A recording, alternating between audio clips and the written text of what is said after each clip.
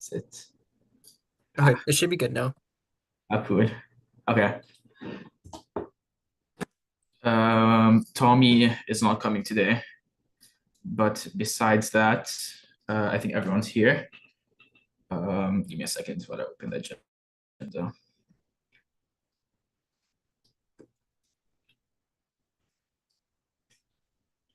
Okay, I call this meeting to order at 6:06 p.m. Are there any amendments to the agenda? Can I strike ARC allocations? Sorry Yes. for not raising my hand. No Thank you. problem. Javier? Yeah, can I strike back and growth allocations? Kiara? Can I strike SWC programming fund allocations? Yes. Carradine? Can I strike SFS allocations? Yes. Alex? Can I strike TJF allocations? Yes. Lucy? Could I please strike capital contingency and contingency programming allocations? Yep. Nico? Can I strike ASUCLA/BOD allocations? Chris Espino? May I please strike academic success referendum and travel grant mini fund? Josh? May I please strike all the appointments except for Bella Benavides and Dante Ray? Yes. And I'd like to add a special presentation titled UCOP Student Leadership Summit Summary. And I'd also like to add an executive session for a personnel matter. Jessica? Oh, sorry, I just had a possible amendment, so I can wait till you're done with that part. Or are you ready? Are you good, Josh? Oh, yes, and thank you, Jonathan. For the executive session, you'll need to have a special vote for that action item. So I do have some budget revisions for you all. It shouldn't take too long to present them to you, and it's not a voting item. So I don't know if you want to add it as a specific item on the agenda, or I can just do it in the officer updates. In my admin rep report, I can just present them there. So whatever works for you all. I think officer. Oh, go ahead. Sorry. No, your call, Josh. That's what I was saying. Your call. Oh, I was gonna say officer updates would be fine. Okay, sounds good. Thank you. And can I get a motion to approve the personnel matter exec session, or can I call a vote on that?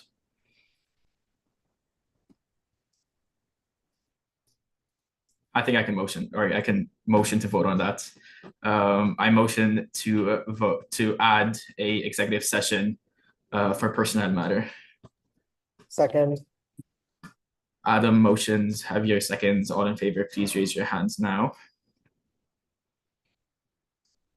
Please lower your hands. All against, please raise your hands. And all abstaining, please raise your hands. With a 13-0 vote, that motion passes. Can we get an approval of the agenda now, if no one else has any revisions? Josh? I motion to approve the August 20th, 2024 agenda. I second. Josh motions, Tamim seconds. All in favor, please raise your hands now.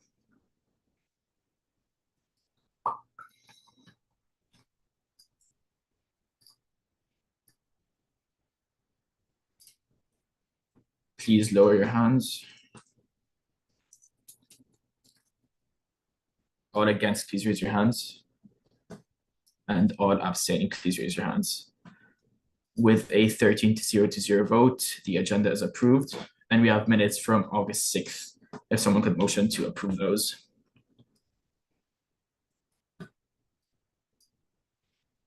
Josh? I motion to approve the August 6th, 2024 minutes. I second. Josh motions, Kiara seconds. All in favor, please raise your hands now. Please lower your hands. All against, please raise your hands. And all abstaining, please raise your hands. With a 13-0 vote, that motion passes and the minutes from August 8th are approved. We are now going to be moving on to public comment. And just a reminder for public comment, We have 13 minutes total. Each public commenter gets to speak once for a total of 2 minutes. And some of our community guidelines challenge ideas, not individuals, use gender inclusive and respectful language, and no dehumanizing language, please. With that being said, is there anyone on Zoom that's here for public comment? Please raise your hands.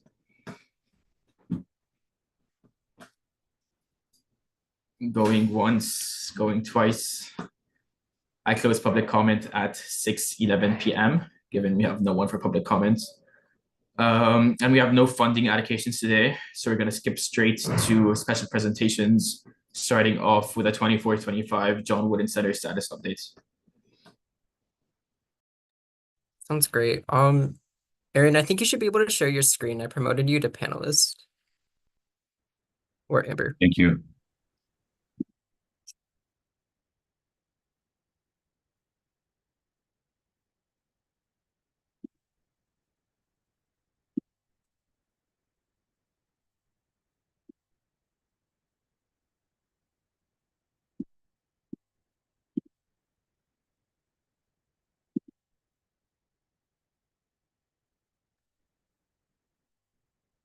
Great, is that working?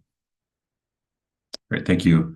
So my name is Aaron McMahon. I'm the Executive Director of USAC Recreation. We really appreciate the opportunity to present to you today on 2 projects, mainly the John Wooden Center, which I know is the focus of today's presentation, but also wanted to work in just an overview of the Sunset Canyon Recreation Center project as well. And we both believe both projects support student health and well-being and belonging and student access to space on campus. So I'm joined by a colleague, Amber Brown, and I'll let her introduce herself.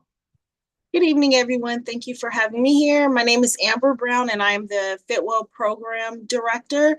I oversee the management of the John Wooden Center, Bruin Fitness Center, and Kinross Recreation Center. And I also oversee the management of some of our fitness and wellness programming, including personal fitness training and dietitian services and other one-on-one fitness services. Great, thank you, Amber. In addition to a lot of knowledge about the John Wooden Center and other facilities, Amber is our primary liaison with the contractor and with capital programs on a lot of the project details, so she can answer some questions that I can't.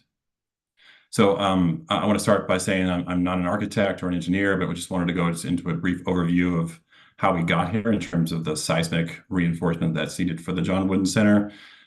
Concluding in 2020, the UC system did an analysis of all the buildings in the system. From that, they rated buildings in this 1 through 7 scale that you can see there. 1 being the best, the most safety compliant with current seismic codes, and then 7 being the worst. The John Wooden Center, the original building, which you can see there, was completed in 1983, was rated at a 6. So it was evaluated by the campus building engineer and found to be habitable. But that level, that 6 rating, gave it priority over other campus buildings that were 5s or 4s. So it became a priority for improvement, and we've moved forward working with capital programs to address the seismic deficiencies in the building, which are somewhat extensive, especially in the large volume spaces like Collins Court or Pardew Gym. So that's been basically like a 4-year process getting to this point. With the architects and engineers. Let's see, I'll move to the next slide here. The project has several elements. There's the seismic improvements, which I mentioned. We pushed in recreation to also include some what capital programs refers to as tenant improvements or programmatic improvements. It's been just about 20 years since there was any extensive improvements to the John Wooden Center. We really believe that, given the many changes that have occurred since then, the student population and student needs, that there were some programmatic improvements that were very much needed. So I've summarized the 3 main improvements here, and you'll see them in the later slides. But essentially, we're bringing the building, the front of the building out to the column line, which will allow for some additional programmatic space. We're expanding the main weight room and some smaller weight rooms as well. And then, some sort of aesthetic upgrades like new surfaces and fixtures and things. So those are the 3 main improvements that we're doing.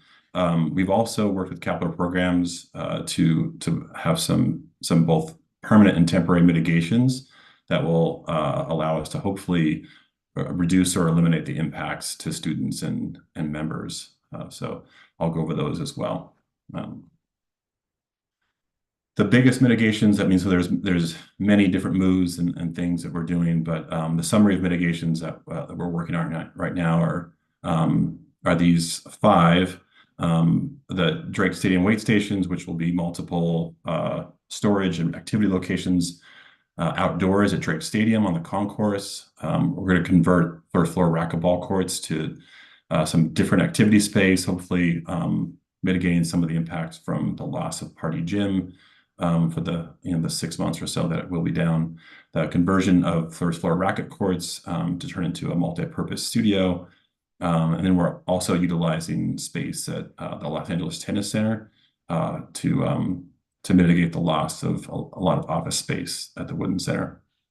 And finally, we're changing somewhat temporarily the Party Gym floor to allow for basketball.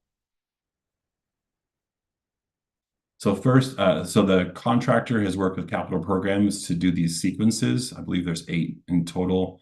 They're a little bit out of order right now, which you'll see, and that will most likely be corrected. But we had some input over this, and we've given feedback, but largely these were determined by the contractor and the order in which they believe it's best to address these. Before I start with this, there was a period, maybe about a year ago, and before that, we believed, based on what we were aware of from the architects and engineers and capital programs, that the John Wooden Center would have to close completely for the duration of the project. And that is no longer the case. It will be phased or sequenced into the sequences that I'll outline here, but the building will not close. It will be open and available to students, staff, faculty, the community. So sequence 1, I don't necessarily need to go through every single line item, but you can see here, sequence 1 is first up. It starts a little bit later than we originally thought. We thought there would be an October start date. It's pulled back a little bit to November start date, and you can see there the initial project elements. Again, the racquetball courts 2 and 4 and the squash courts 5 and 6. Those are what we've called the make ready projects. Those will be the sort of preparation to reduce the impact of later sequences. So both sequence 1 and sequence 2 are here, and I'll pass it over to Amber to maybe speak to some of the groups or programs that may be impacted by these 2 sequences. Sure. So in sequence 1, just in general, as the sequences are going to follow one another, Aaron mentioned that we have mitigation space. So as one area may close, we're going to create space in another area of the facility to have the programming that was lost in the closed area. So hopefully there will be minimal disruption to operation. Clearly, during a project this size, some things are going to close and we may not be able to have access to everything that we've had before, but we're trying to minimize the loss of any activity as best as we can. So in general, that's what you're going to see with the sequencing. For racquetball courts, usually you're going to see racquetball players in those spaces, but more so you're going to see students who use the space for other activities, including dance. So we're going to try to do our best to open up our studios when they're available and direct the dancers who usually are in those spaces to any available studio so that they continue their activity. We've seen an increase of that activity now, so we have more shared use of our dance spaces. The staff locker rooms won't affect you guys. The all gender restroom will be moved upstairs. So that is still going to be available.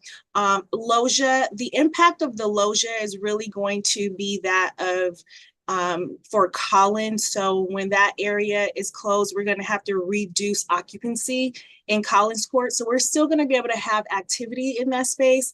But when the loggia is not available, we're going to have to reduce occupancy to under 500 people. So we'll have less people and a few activities we may have to move. In general, those are the impacts you're gonna have during these first 2 phases. So in sequence 3 here, you can see that Party Gym, and as I mentioned earlier, that we are going to move some of the activities out of Party Gym to the converted racquetball courts, mostly some of the functional training and some of the weight training programs that happen in Party Gym will move to other spaces, and then things that require the larger volume gym will move to Collins Court or to other gym spaces in recreation managed buildings. The weight room there, again, that will be, we should have access to part of the weight room, I believe, but we'll have the Drake Stadium weight stations to support that as well. And then just want to address here that with sequence 4, Yates Gym, we've worked with athletics to have this sequence occur during the gymnastics off season. So we don't anticipate that there will be an impact to our student athletes. So as far as programming is concerned, Party, as Aaron mentioned, we hold most of our large fitness or strength training classes. We also hold quite a bit of our sports in that space, our open rec sports.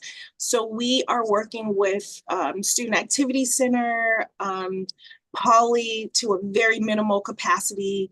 We're also even considering moving some of the activity that we do in that space to Drake on the upper concourse. So we're trying to maintain the level of activity for our open rec sports program that we currently have, and moving those to different gyms or the concourse as appropriate for that activity. The fitness classes that are held there will move to Drake, and we will have the racquetball courts open, repurposed for fitness space, so some of the activity can move to that area as well. For Yates, although athletics won't be impacted, we do hold our own recreation classes in that space, and we have other sports spirit squad practices there.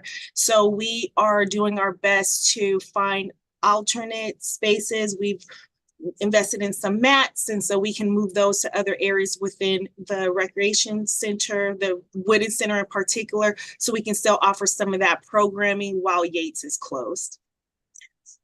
The courtyard, right now, we don't have a mitigation for that, but because that area is strictly for open recreation, although we enjoy the outdoors, we're going to have plenty of space indoors for that. And then Drake, that upper concourse, we hope is open, and we can hopefully have some programming. If you guys want to enjoy outdoor strength training, you can do that at Drake.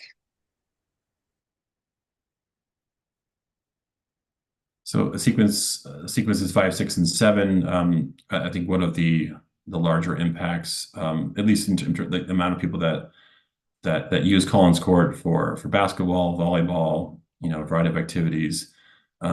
This sequence will begin in June, and I believe it end in September or October. No, I'm sorry, December of 25.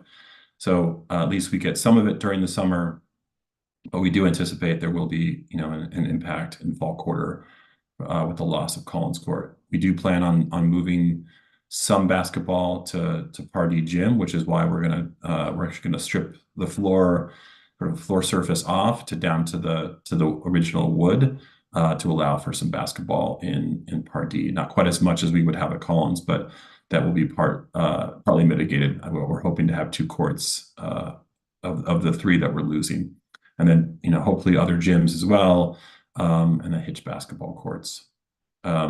Sequence 6, not a whole lot of impact, more to the campus life operations. And then, as you can see there, the Dynasty Studio is maybe the primary, or one of the primary impacts to sequence 7.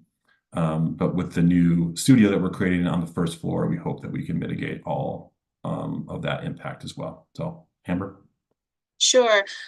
So programmatically, as Aaron mentioned, Collins Court will probably have the biggest impact. So not only for open recreation basketball, but we also host club practices in that space, club volleyball, club basketball, for example. So we are working with the associate director of that area and other facility managers to relocate those programs. Some of it will move into Party, but as you guys who frequent the John Wooden Center know, Party is heavily impacted. So some of those programs will have to move outside of the John Wooden Center. In relation to Sequence 7, the programs that we offer in Dynasty will move to the new first floor studio, which you saw on the first slide is squash courts 5 and 6. That area is a bit smaller than Dynasty, so we still will be able to host all those classes, but some of them may just be a bit smaller in capacity.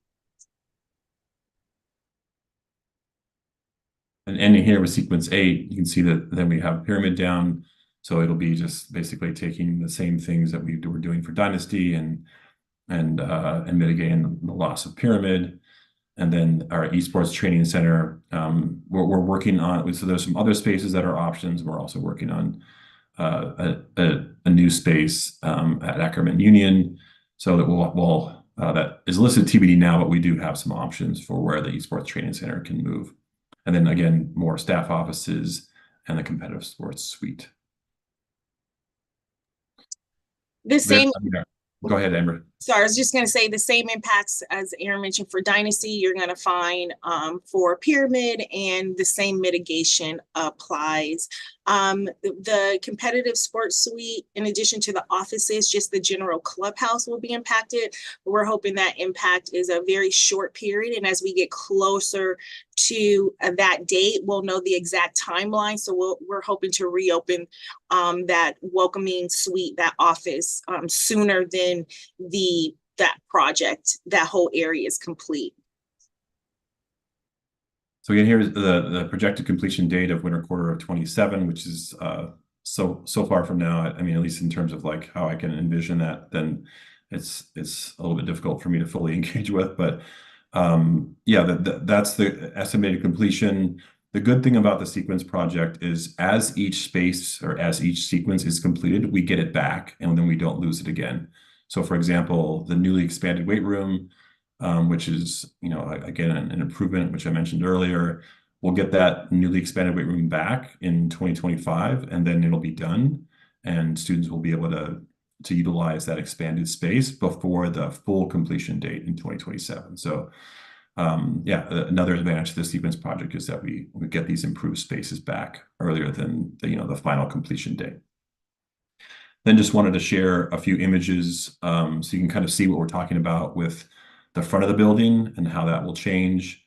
So the building line will come out. You can see the column line is just behind the glass, but some new space, certainly a new view to the front of the building, which it definitely needs.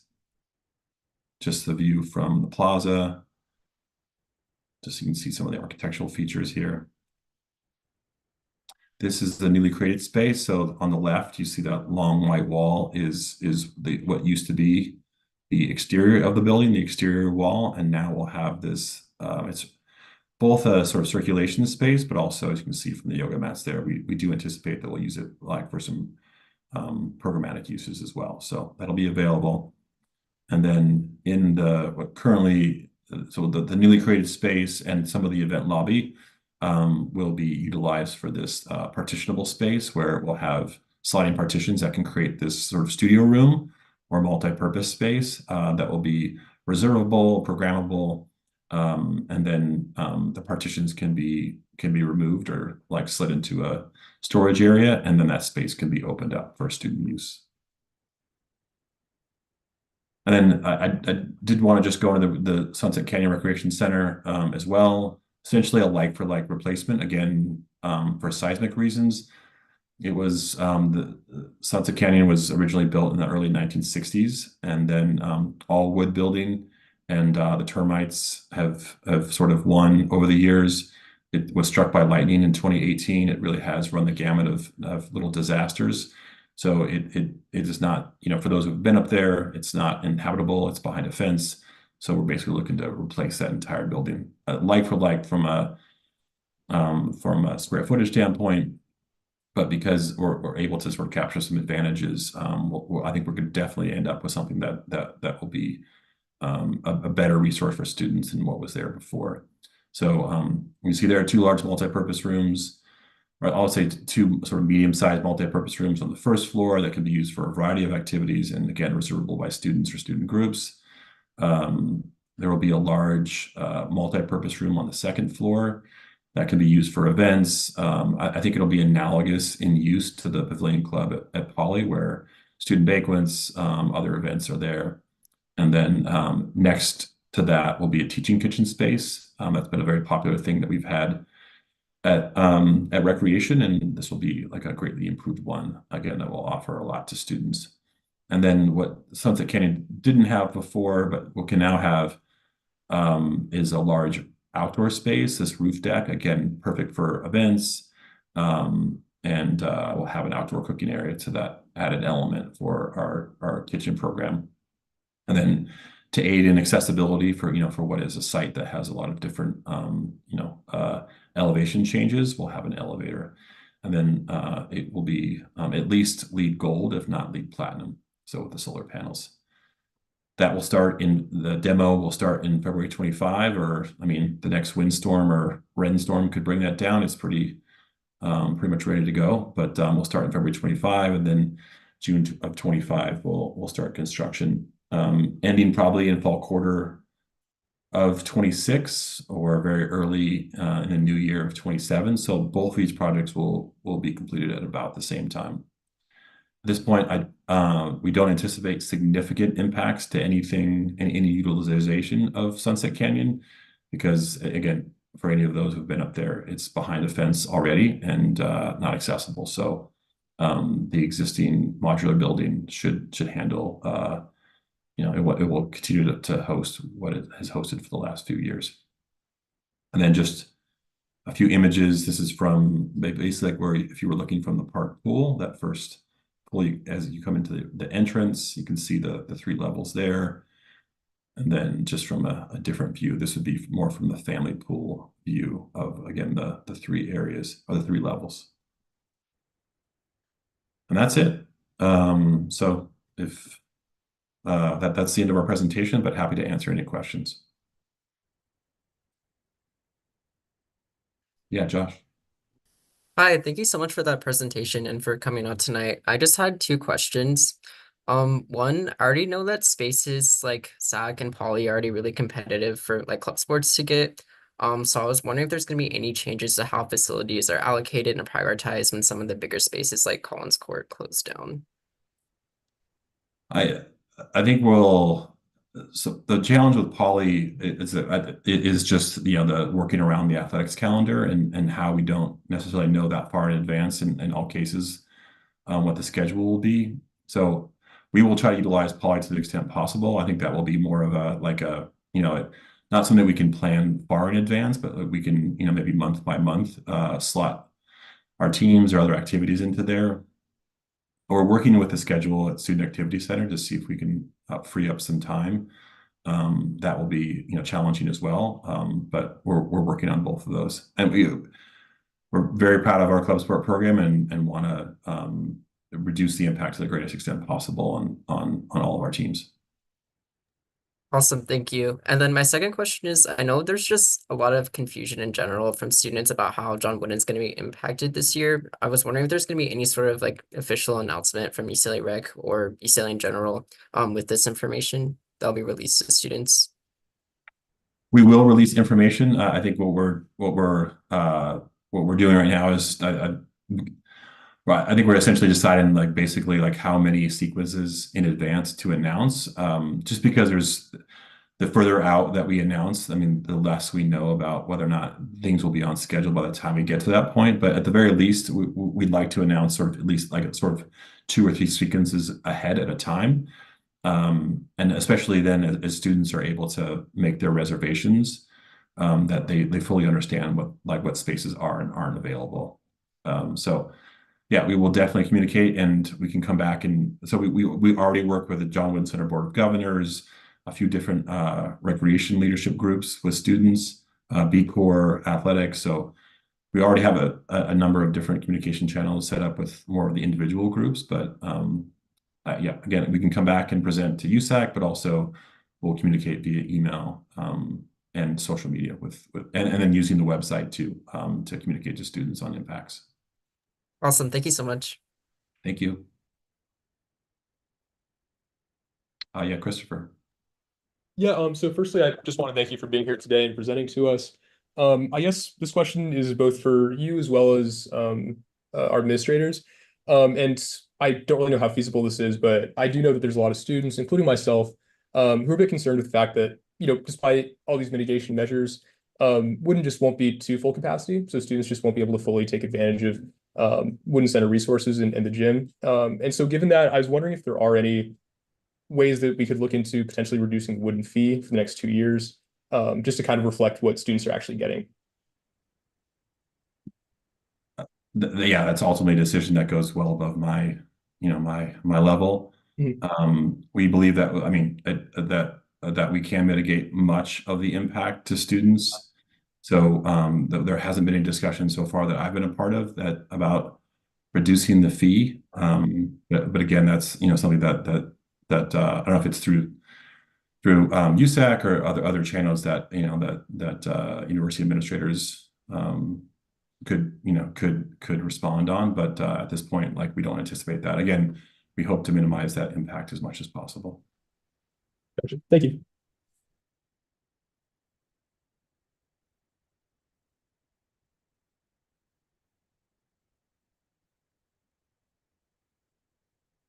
Any other questions? I think that's it from us. Thank you so much for coming and presenting in our meeting. A lot of really beneficial information. And hopefully we can work together in the future, potentially on bringing this information to the students somewhere. Absolutely. Yeah. Thank you for having us. Appreciate it.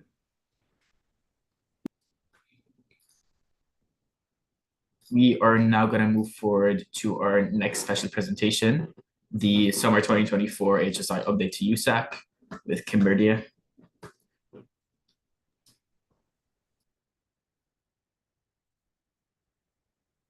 Kimberly, you should be able to share your screen.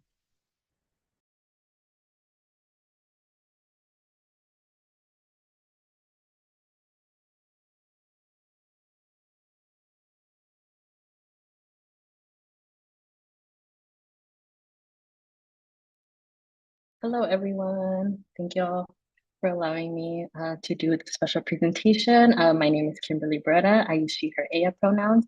I just finished up my second year as a transfer student here at UCLA, majoring in labor studies with a minor in community engagement and social change. So I serve as one of the 2 HSI student liaisons, and I'm here to provide y'all an update on what the HSI team has been up to so far. So to give you a broad context and understanding of what Hispanic serving institutions are, so a Hispanic serving institution is a form of a minority serving institution, and the HSI designation is given by the federal government. So there are requirements to be designated a Hispanic serving institution, and I will go further a little on in this presentation on the federal government designations and where UCLA currently stands on this. So minority serving institutions seek to support historically underrepresented and marginalized students in higher education.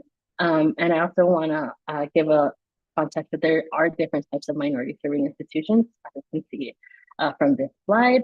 For example, there are HBCUs and HSI specifically are a form of a minority serving institution. So now going specifically into HSIs, this is a national HSI landscape. This data is from 2022, but as we can see here, California is home to a very large percentage of Latinx individuals. This data shows that 44.5% of Hispanic undergraduate students by the state headcount. And I also want to note that this federal designation is based off of your undergraduate student population specifically. And currently UCLA stands as an emerging Hispanic serving institution, so we have not yet received that federal designation by the U.S. Department of Education. And to give you a broader understanding of UC as a whole, so the UC system is wanting to become a UC-wide HSI system. This is led by the UC Office of the President, but HSIs at the UC level started off with UC Riverside in 2008, and since then, more institutions across the UC system have become Hispanic serving institutions. And today, we have UC Berkeley, UCLA, and UCSB standing as emerging Hispanic serving institutions. And UCLA stands at a very critical point in becoming a Hispanic serving institution, since Los Angeles is home to a very large percentage of Latinx individuals. So now going into specifically the timeline, a broad timeline of UCLA HSI.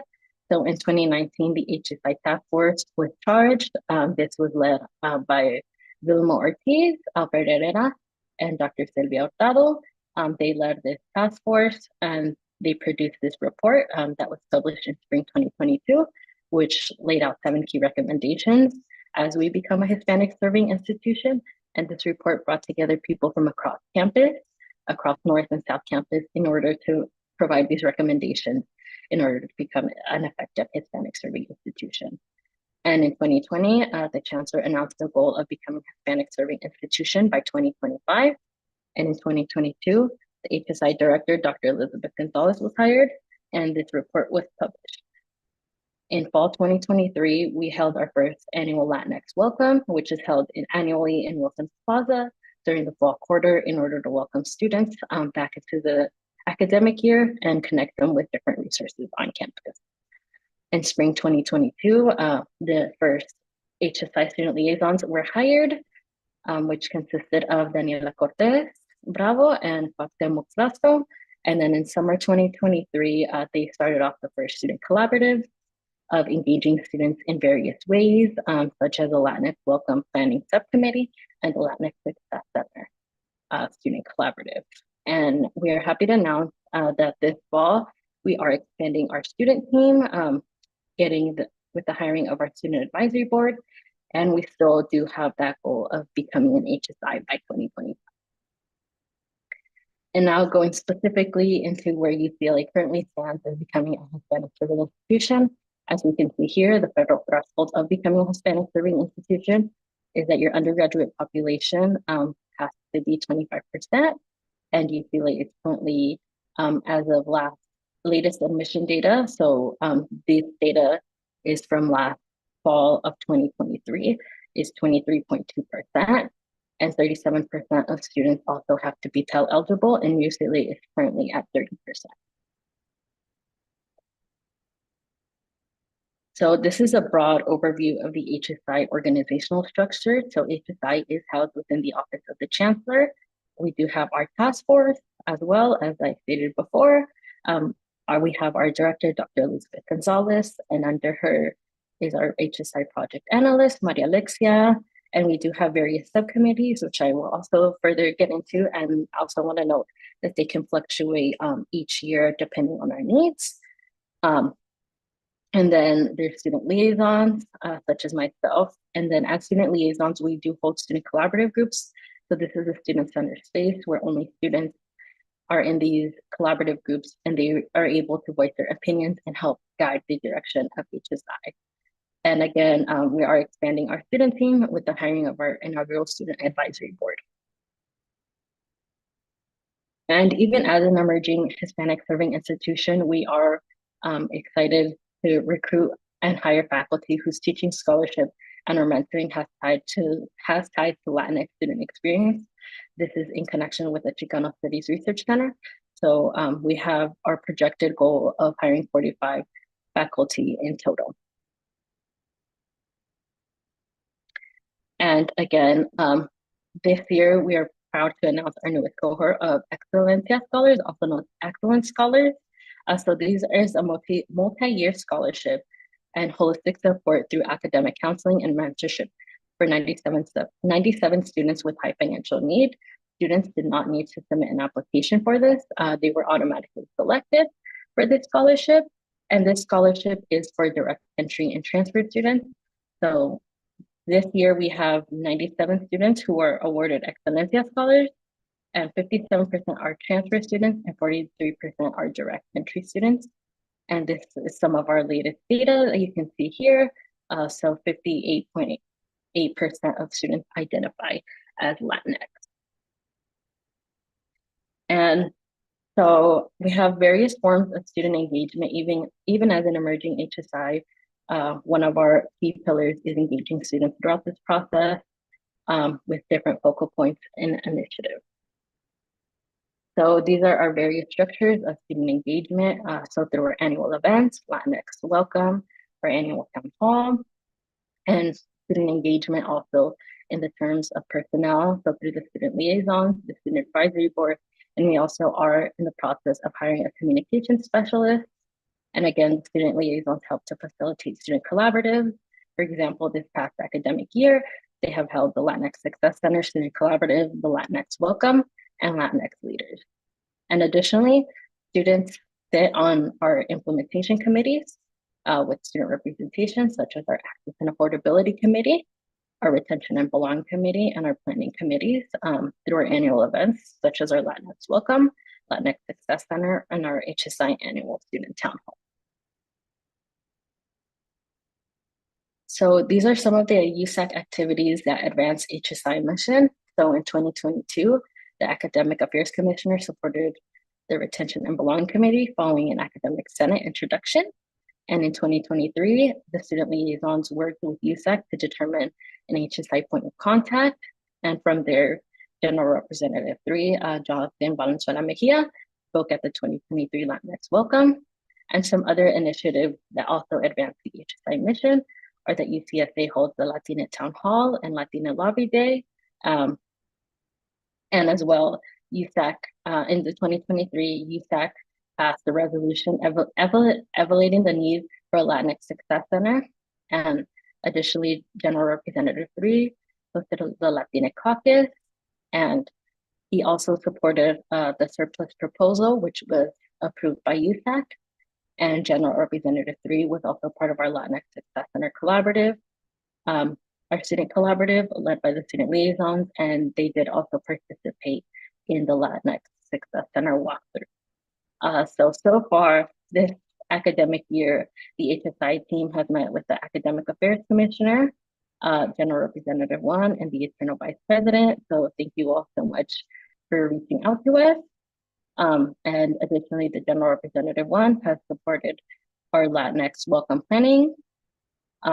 They also spoke at the Strategic Planning Retreat this past week, and the General Representative 1 is scheduled to be our student speaker for the 2024 Latinx Welcome.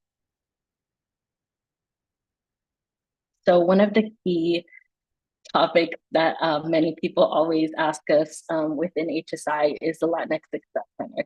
So we see the Latinx Success Center as a national model of innovative practices for inclusive excellence.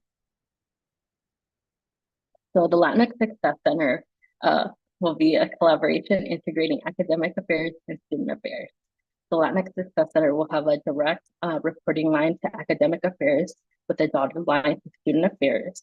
And students have been engaged in this effort throughout the past year. So in 2023, that started off with the HSI Student Town Hall, where students met and brainstormed together to help us lay out the plan for the Latinx Success Center. And in 2024 academic year, the student liaisons again held that Latinx Success Center collaborative group, and where they were able to see the NEV startup location. And then so far this summer, we did push out a survey on our social media and our newsletter asking students for their feedback. We have received over 100 responses so far, and that survey is still open. It is anonymous. It is open-ended, so feel free to hop on and give us some feedback on there. So the future of the Latinx Success Center, it will be housed in the NEV. So we're currently having the process of building that out. Hiring the Latinx Success Center director, and our goal is to launch in 2025.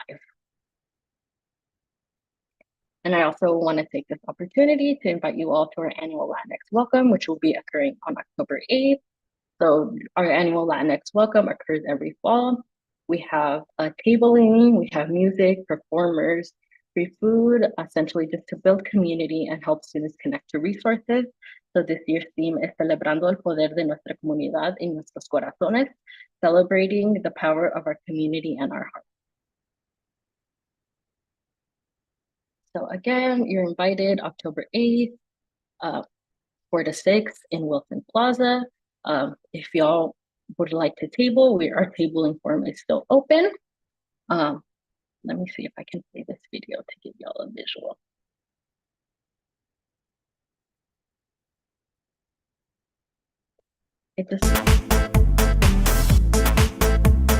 What we're doing today is we are building community, and that will carry us far.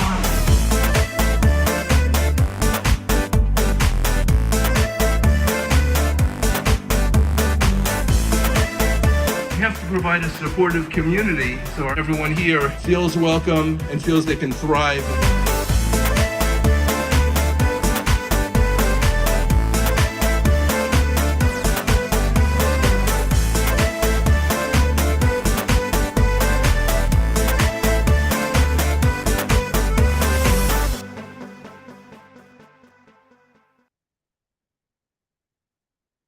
So thank you. We invite you all to stay connected with us through our general HSI email.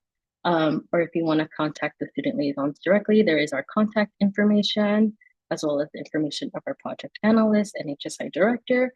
If you want to continue to be involved and updated on HSI initiatives, you also feel free to follow us on Instagram. We post on their repost stories on their daily, and you can also check out our website. So if there are any questions, happy to answer them.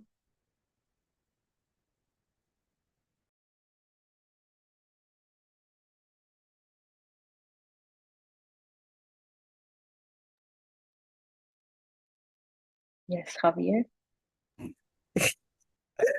So sorry. Thank you so much, Kim, for that amazing presentation. Oh my God. Thank you for all the work that you've done on the HSI committee. I did want to ask, since you have been on the committee for quite some time now, have there been any conversations within the Office of the Chancellor regarding how they're intending to sort of meet that 25% student threshold? I know more specifically, it's been really hard to do like very specific admission based like campaigns and like access and retention efforts because of Proposition 209, which killed affirmative action in California. So I just kind of want to ask like how UCLA specifically intends to like get that 25% threshold if they can't specifically like pick students who are like Latina, for example, or like, they're against certain initiatives that do that specific type of targeting.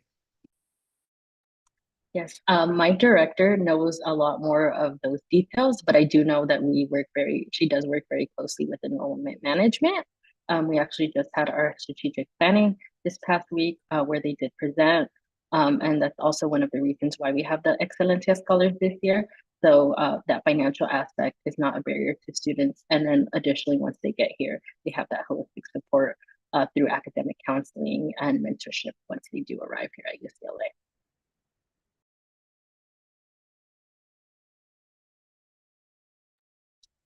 Alicia. Adam, can I ask a question? Yeah, of course, no problem. Okay. Thanks for coming, Kimberly. I just wanted to ask if or how is HSI supporting current undocumented student movements such as the Opportunity for All Assembly Bill, which is 2586, and or just like in general supporting undocumented students, especially in terms of how, across the board, the UC regions like fell back on their promises and stuff. So I just wanted to ask how in specific that large Latina community is going to be supported by the Hispanic Survey Institution proposals. Yes, thank you. For example, like our Excelencia Scholars, their status was not a determining factor in this. It was simply based off different their financial need. So that was not taken into consideration. But overall, we do hope to support all students, historically marginalized students of color, through our HSI initiative, for example, such as our Excelencia Scholars. I think it's very crucial to also note that we are an emerging Hispanic serving institution. So we also are not waiting for that federal designation in order to adequately serve historically marginalized and underrepresented students of color in higher education.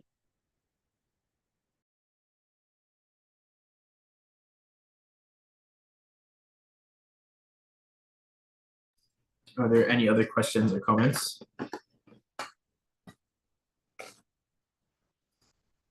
Seeing as there are none, Kimberly, thank you so much for coming and presenting a really, really great project, and thank you for your initiative. And I'm sure in the future we're going to be meeting and talking a lot. So thank you so much. We are now going to move on to two of my special presentations, or one of my special presentations. I'm going to try and keep it really short. I know I've talked to this with different people to different extents. Let me share my screen. Can everyone see my screen? Yes? Yeah, we could see it. Okay, perfect. So over the past year and a half, 2-ish years, during my time in USAC, I've had a lot of time to think about our financial processes and how we make money. And so over the past couple of months, I've been thinking more specifically on how we can improve our financial situation and structure. And this is a very short and brief presentation on that. Here we have a welcome note. We have some charts that I made. These are really, really rough, but they're just here to get my point across. So over the past 5-ish years, our annual expenses have been growing faster than our income is growing. Really, there's only one way that we can usually increase our income as USAC, and that would be through referendum. I'm going to talk about more of that later. So it's projected that if we stay on the same track that we're on right now, around 2025 to 2026, which is next year, we're going to reach a point where we're in a budget deficit. So I think we have to do something about this. I think it's something that past USACs have ignored or not necessarily done much about. So how can we do this? We need to make more money. We don't want to launch referendum because it's just going to take more money from the students. We don't want to increase student fees. I think it's our job to maybe find another solution. And so the other solution is brand deals, as inspired by mostly Tamim, actually. So the ISR office is hosting a sponsorship brand deal thing with T-Mobile in the coming months. Tamim, correct me if I'm wrong, it's soon. Yeah, you're right. It will be in September 11th. Yeah, and they're getting paid a lot of money from T-Mobile, almost doubling their office budget for a couple of hours of work. And so this had me thinking, maybe this is something we should expand more and look into more as a USAC, as a council, to try and increase our income and give back to the students through other means, instead of increasing fees and making all our money off of student fees. And so we have a lot of leverage. We basically run, we have a lot of brand image being UCLA itself, but then we have access to a lot of things on campus being USAC, and we have an exclusive image / access to stuff on campus.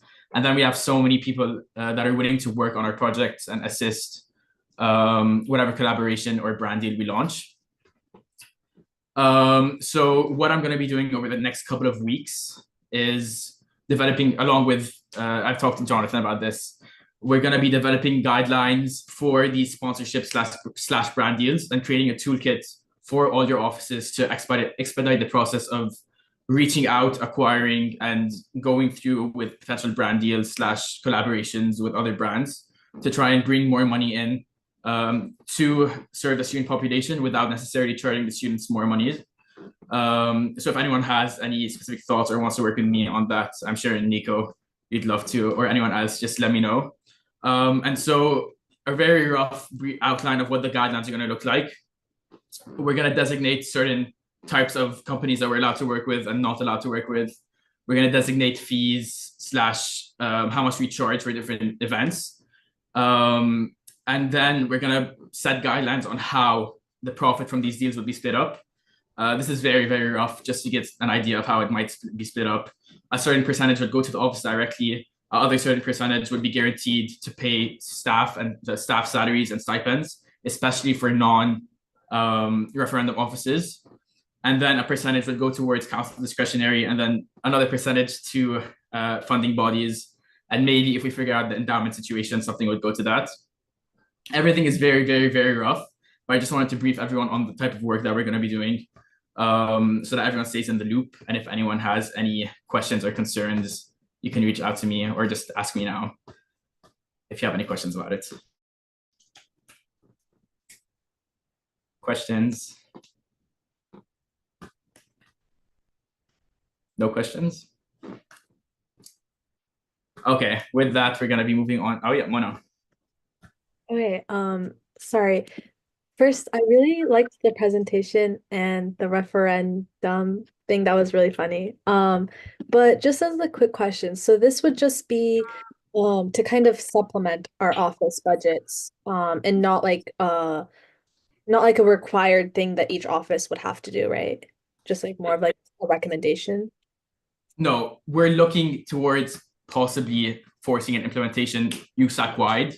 That's something we're still exploring, but that's my eventual goal.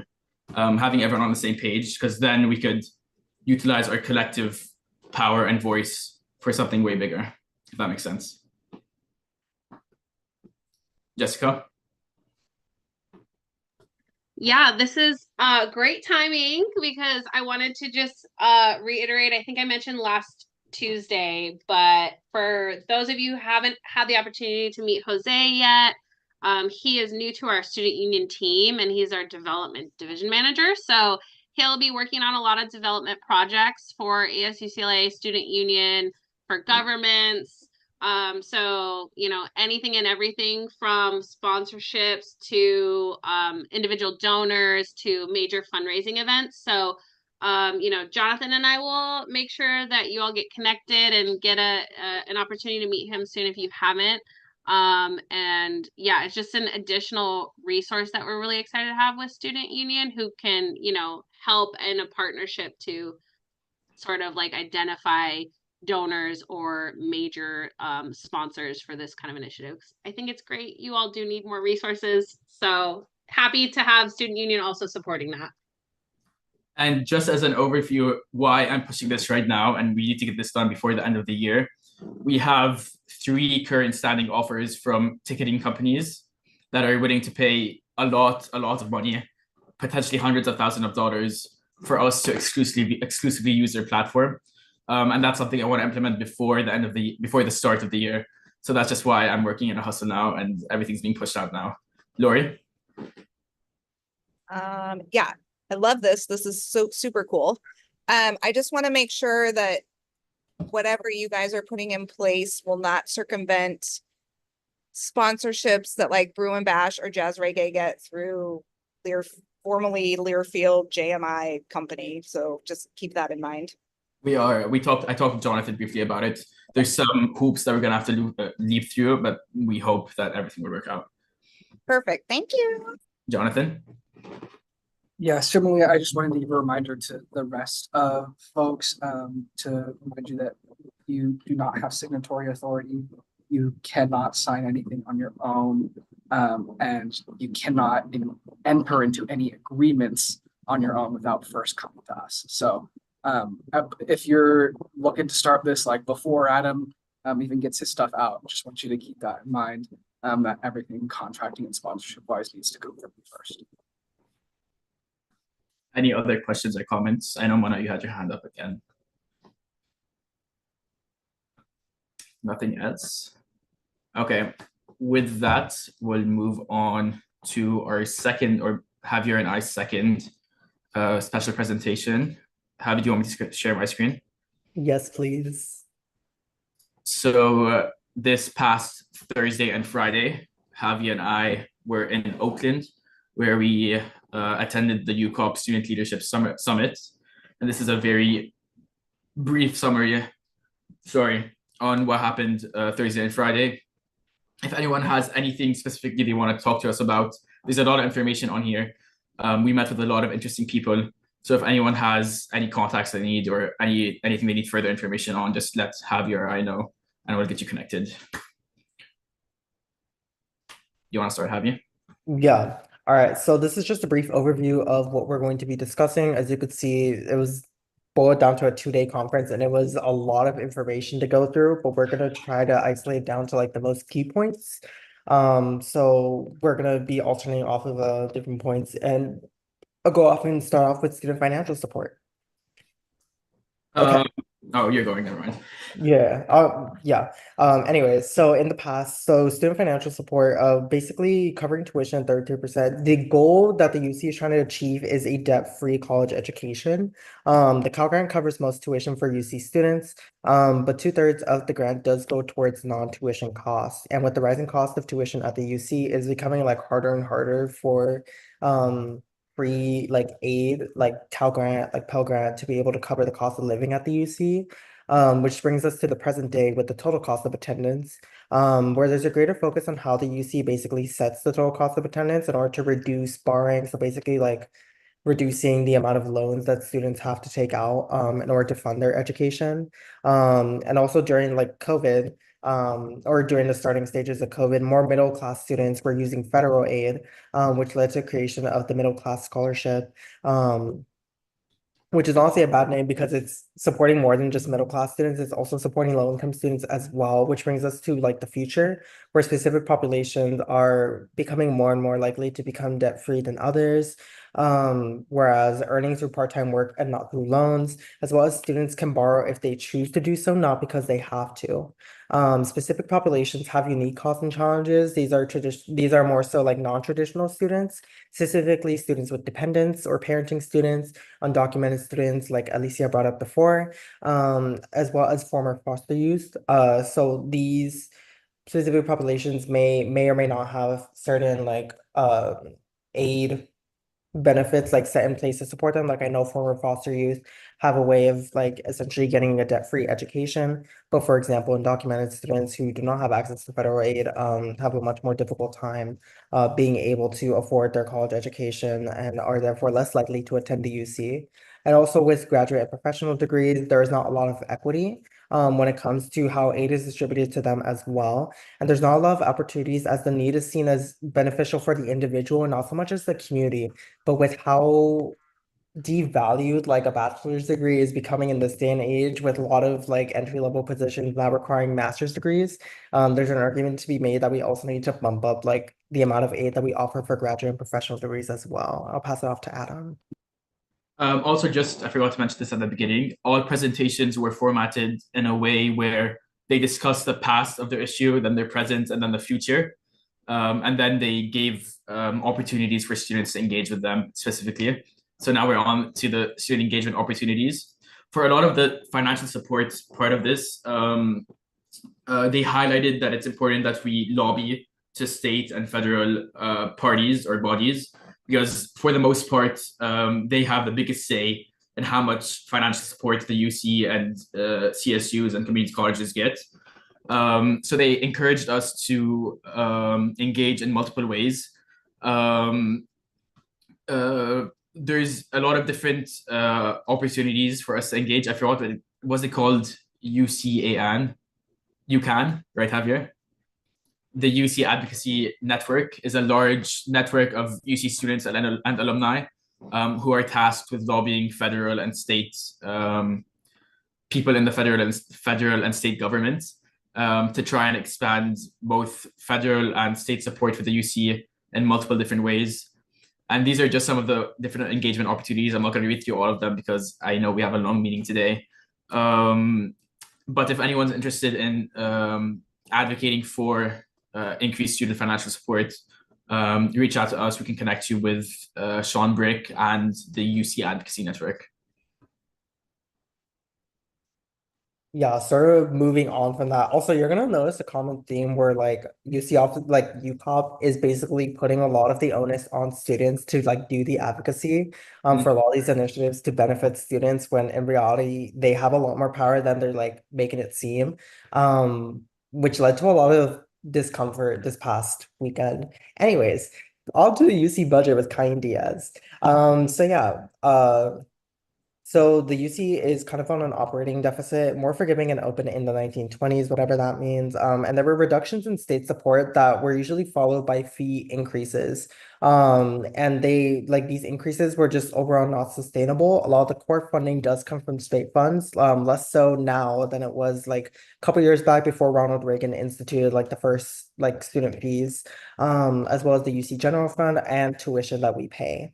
Today, there's around 49.5 billion that is covered within the UC budget, and 50-50 from the state funding and tuition fees available as core funds per student. There were sort of like recent actions in regards to supporting stability, whereas basically like when you pass like fall 2022, when a student gets enrolled, the rates of like tuition, student fees, and like whatever else, it's basically locked in with the year that you're admitted. So if like fees were to increase like 10% next year and everything, the class of what is this, 2025? Wait, yeah, this entering class wouldn't be having to pay that 10% increase, for example. Sorry, I'm really bad with math. And there's also deferred funding. So there's a plan for a reduction. So offering like one-time funding is provided to make up for some lost or not received aid. And looking into the future, trying to look for ways to sort of increase state funding, even though there's been like a net reduction of like a little close to 120 mil like over the past 2 years. And there's proposed deferrals through 2027 to 2028. The ultimate goal is to like basically try to rebuild a good relationship with the state legislature in order to get more funding. And then at the UC Regents November meeting this past week, or not this past week, literally this past year, there was a lobbying for a 5% budget increase, which each campus decided exactly how they would sort of dictate that. And in regards to system-wide guidelines, there's really not much directives. UCOP has a very laissez-faire way of like sort of directing how the university should be handling things, including how they handle funding. So it's really on a campus by campus basis that affects how we invest. And next, we have the UC Federal and State Legislative Advocacy Panel. So for those of you who don't know, the UC has a permanent office in Washington, D.C., where they have, I think it was 15 or 18 full-time staff members that are there to lobby the government for more money. So they work with Congress and administration, and their set goals are to tell UC's story, advance UC's educational research, healthcare, and public service policy, protect and increase UC's budget, and grow federal relations. So a majority of the funding from the federal government to the UC is through our health centers, which is $8.4 billion, and that's through stuff like Medicare and Medicaid. When they're being covered by the government, they're funneled into the UC medical system and thus the UC budget.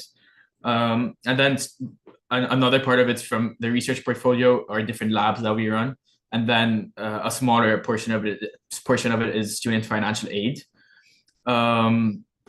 They gave a brief talk about how the federal government works in terms of lobbying and how we lobby the federal government. These are their said priorities that they lobby the government on: education, research, healthcare. I'm assuming that students fall under education, but I think healthcare is probably their biggest priority because it makes them the most money. Then again, different ways students can engage. UCAN, which seems to be the most successful form of engagement for students. And then signing on to different letters. This is specifically for us as student government members. Whenever there's a letter being sent to a federal or state body, we usually have the opportunity to sign on to it and support it. And then we talked briefly about the state relation as opposed to the federal relation. Some policy stuff, some budget stuff, some timeline stuff, and some advocacy stuff. If you're interested, read more or ask questions. Yeah, so student mental health, cool. Yeah, so there's been like an increase focus on student mental health and wellness from UCOP, specifically with Jeannie Kim, who's the director of this program or this specific arm of UCOP. Some key milestones historically, which very much needed the student voice in order to pass, was the basic needs movement, and sort of expanding that to also include permanent funding from the state. And now, expanding that to be able to sort of also encapsulate the ever need for, permanent like subsidized housing as well. Some basic needs goals that they outlined was more so, like reducing food and housing insecurity and by 2025, which is right next year, so it's not happening. So it's not very stable, and there's an uptick in utilization of resources on campuses, which is also a very common thing that we're going to see. The UC very much relies on data. It being a very large research institution at heart, very much relies on data in order to, track whether or not it's worth funding certain resources, including basic needs resources. And for more serious issues, Sorry. For more serious issues like alcohol use and substance abuse, they tend to go up when the resources surrounding them and their usage tend to go up when students become more aware of them on campus. But if you have been, in the basic needs sphere, especially here at UCLA, they're not the most accessible or well-funded. So like the frequency that students can use them and like seek counseling specific to that in order to benefit their academic success, not really there, which is why we need to continue our advocacy specifically for funding things like collegiate recovery programs. So kind of moving on, jumping through a lot of this, but I did want to focus on specifically like the representation that we have. So there is going to be a student well-being summit at UCLA in late August, August 22nd to 23rd. That's going to join like a lot of different UC leaders to specifically have conversations on student mental health and basic needs, as well as Soluna, which is a new statewide resource, which focuses on being a preventative app and focusing on customized coaches, referrals for students who have a higher level need of care, and also supported by the Department of Health Services. And next slide. I'll also focus on the Black student success specifically, just because I worked on a campaign for this past year. But essentially, the current state is that, Black student admission and enrollment was at its highest in 1997, has been at its highest since the 1997 enactment of Proposition 209, which if those of y'all don't know, basically ended affirmative action here in California. So there is no longer a way for like people from like marginalized backgrounds to be considered for positions specifically because of their race and like the implications that that means in our very racist society. Nearly 2/3 of Black students in public high schools in California face institutional barriers such as completing their A through G requirements. And in fall 2023, 10,000 plus new and continuing undergraduate African Americans enrolled at the UC. There are also academic preparation outreach programs, like our access and retention programs here at UCLA, as well as an emphasis at getting like professors and faculty from like historically Black colleges and universities to come to the UC in order to fulfill their pathways to becoming a professor, which is the UC HBCU doctoral initiative. There's also campus initiatives, at least 4 Black thriving initiatives throughout the UC. And they sort of gave us a blueprint for this as well to sort of implement system-wide, which would include like improving campus climate for Black students, expanding academic success opportunities, improving hiring, developing multi-campus research centers for Black faculty, expanding public service partnerships with the Black community and faith-based orgs, as well as communicate annually with the UC Black Thriving Report Card. Honestly, a lot of this specific presentation rubbed me the wrong way because a lot of the initiatives that they were talking about specifically in the presentation were a lot of the work that UC student advocates were already trying to do with the Racial Justice Now campaign last year, the $1 billion endowment. But UCOP was continuously fighting us on this, saying that it couldn't be done because of Proposition 209. And they basically took a lot of our ideas and are trying to pass them off as their own. So at least they're doing their jobs now, but also, again, not too many people were happy with this. And then at the end of the day, we had a networking reception with President Drake, where it was an hour-long reception, but the first 45 minutes was a presentation by President Drake about the new policies that I'm sure you guys all heard of that are going into effect in fall. We have a lot of updates on that specifically, which I'm not sure we should share right now, because a lot of them are still in the works. But besides that, Javi and I got a chance to talk with President Drake, and I would say we've established a pretty decent repertoire with him at this point, and that's going to come in use throughout the year. But yeah, that was an entertaining reception. Then day 2, we started off with student housing. The presenter of this section of our conference, I would say, wasn't very aware of a lot of the issues that our students face, given he is a very new hire. He was hired 6 months ago. But basically, we went through all the campus by campus statistics in terms of how many students are in university housing, how many beds each university has, and any plans that the university has moving forward. And for UCLA, I believe our only future construction plan is in 2026 or 2027. They're constructing new undergraduate housing on Gady that's meant to fit around 400 to 500 new undergrads.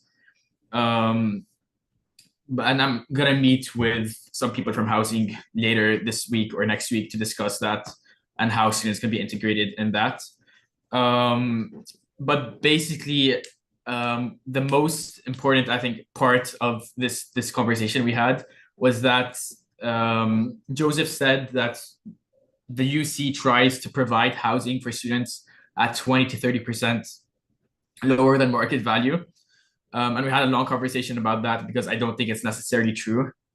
While students might pay less being in university housing, that doesn't take into account the conditions in which they live in. Most students live in shoeboxes with 2 other people when they're in dorms.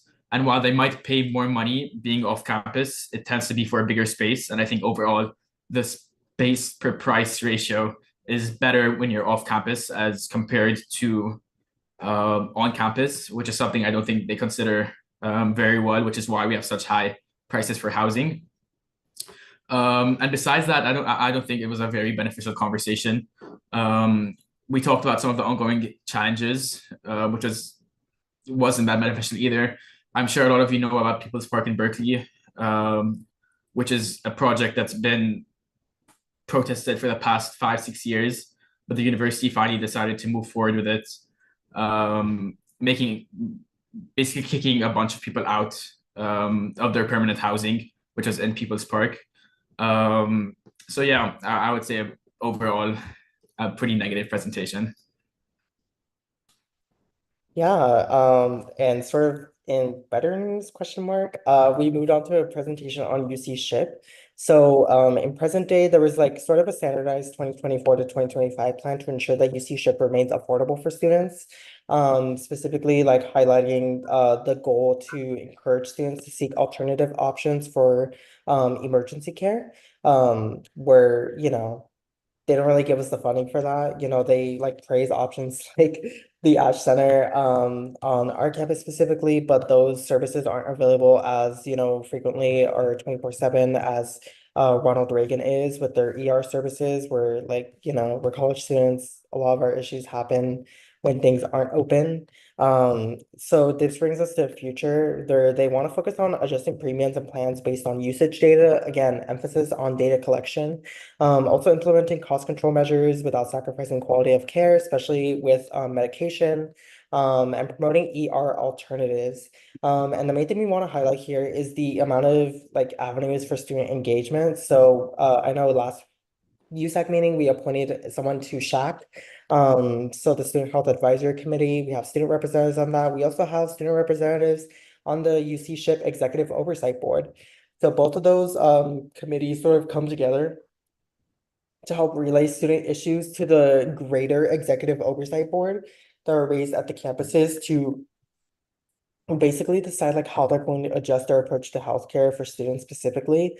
So I'm sure that in the next year we can sort of expect, especially with, you know, a lot of the push for specifically culturally conscious and like, you know, affordable healthcare for international students specifically, we can sort of expect a lot more engagement on this front. Next, I would argue one of the more important and awaited conversations we had was about UC Investments with Jagdeep, who is the CIO and Vice President of the University for Investments. So we started off with a breakdown of the UC's monetary assets. So the UC owns $180 billion in assets. A majority of that is in retirement, around 130 billion. And then there's the endowment and working capital, which are smaller assets, but still relatively very, very big for endowments in general. So a big part of our conversation was about ethical spending and ethical investments, as you guys can probably imagine. But the general vibe that we got was that Jagdeep himself focuses more on making money for the university instead of considering the ethics of certain investments, which I don't necessarily blame him. That's what he's hired to do, and that's his job. But he diverted a lot of the blame and decision making to the regents on investment and divestments in general, and made it clear that if anything were to ever happen in terms of a current campus climate, it would have to be through the regents. However, we did talk about fossil fuels. So for those of you that don't know, the UC permanently divested from fossil fuels in 2018. But it was a 5-year long divestment process. So it is possible, but it's very, very hard. And then he made the anecdote that it's hard to define what defense companies are, because, for example, Toyota and Mercedes could be considered defense companies because they manufacture armored vehicles. Yeah.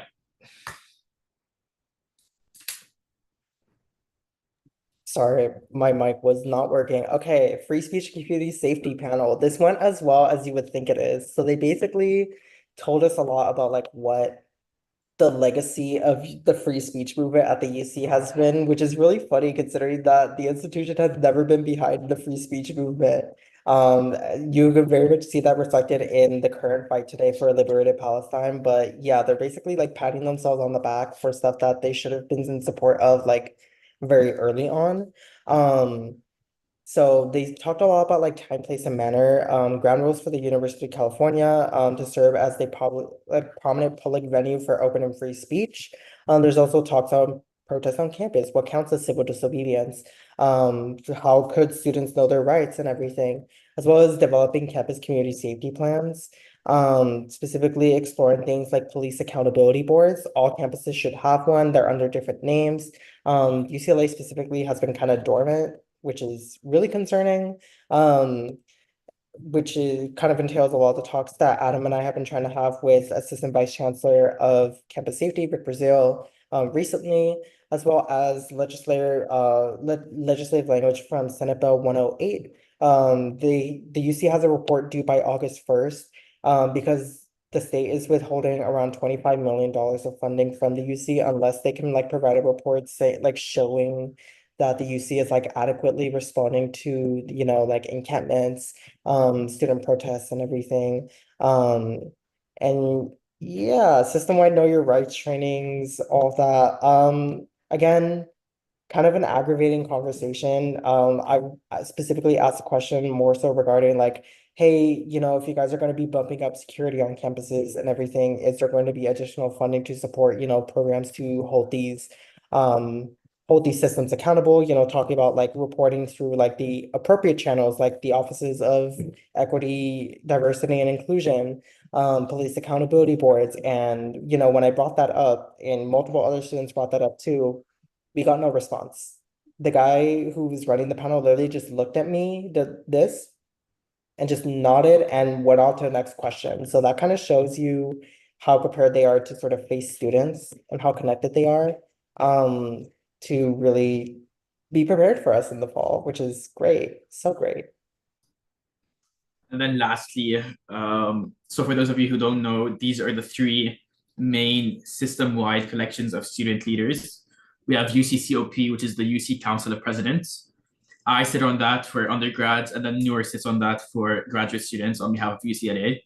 And then we have UCSA, which is the UC Student Association, and it's a collective group that represents all UC students. And the board is made up by EVPs. And so Javier sits on that board. And then there's UCGPC, which is the equivalent of UCSA, but for graduate students. And Naomi, last year's president, currently sits on that. And so we're basically, for the first time, I think ever in history, all three of these bodies met together for a 2-hour-long meeting, which was very, very, very fruitful and beneficial. I think we could share the meeting notes with you later. But basically, we talked about everything going on system-wide, and we all committed to having monthly meetings with each other to discuss those issues and how we can work together to solve them. Questions, comments, concerns? I know there's a lot of info, but if anyone has any questions, please feel free to ask.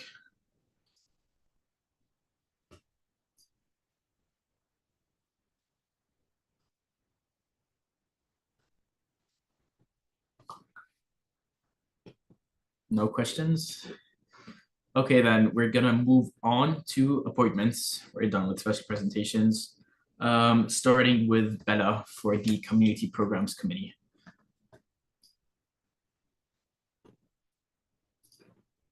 So just a reminder of how this works, Bella.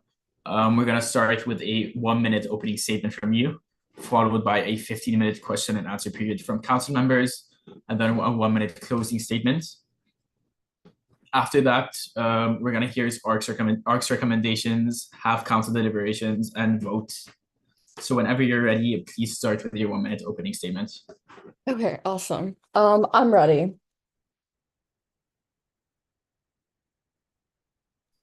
Hello, everyone. My name is David Isabella Benavides, but I go by Bella, my middle name. I use she, her pronouns, and I am a rising third year here at UCLA. My majors are political science and international development studies. I'm excited to be applying for the Campus Programs Committee representative position because of my strong connection to our campus community. As an out-of-state student, I initially felt out of place, but the diverse and welcoming community at UCLA quickly made me feel at home. My background as a high school treasurer, student council member, and director of band activities for my sorority has prepared me well for this role. These experiences taught me valuable lessons in leadership, budget management, and event coordination, skills that are crucial for overseeing the funding of student services and cultural programming here at UCLA. Additionally, my growing passion for policy planning and drives my desire to dive into the logistics and impactful decision-making that this position requires. I'm eager to bring my experience, dedication, and a fresh perspective to the committee. Thank you, Bella. We're now going to move on to a 15-minute question and answer period by council members. I'd like to start with a question. According to the best of your knowledge, what's the purpose of CPC and what role do you want to have on the committee? CPC to me, from my understanding, is that it is a council board of members that is comprised of 4 representatives who oversee the referendum for different campus committees, and they also oversee the budget for all of these programs and committees, as well as the clubs. And so these clubs will come to us for budget planning and just for general questions. And the roles, I haven't really done much research surrounding the roles, so I'm not really sure. Not necessarily a specific role, but what do you want to do on the committee yourself? What charges you to apply to the committee? As discussed in my previous, I'm very passionate about community building, and I think that this is the perfect role. And in correlation to my treasurer position, I know how to budget plan and marketing, so I just thought this was the perfect role for me to apply to get into this whole, to learn more about policy planning and just to really discover my passions and correlate that to my love of community service. Kiara?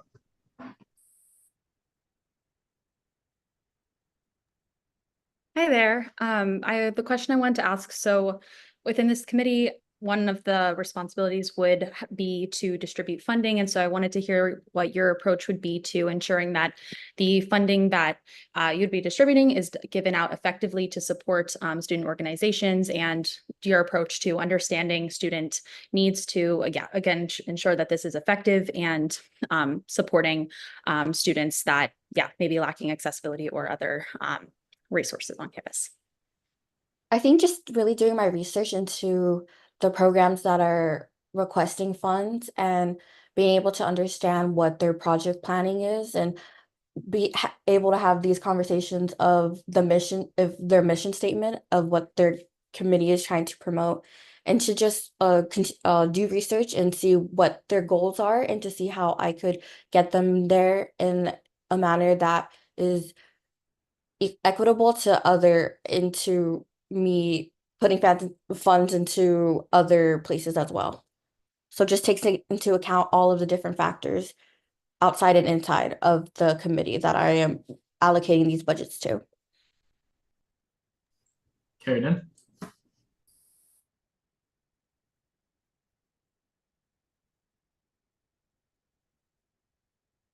I'm so sorry. I saw the C and thought it was Karen. Chris Ramsey. I mean, it's all good. Bella, thanks for being with us today.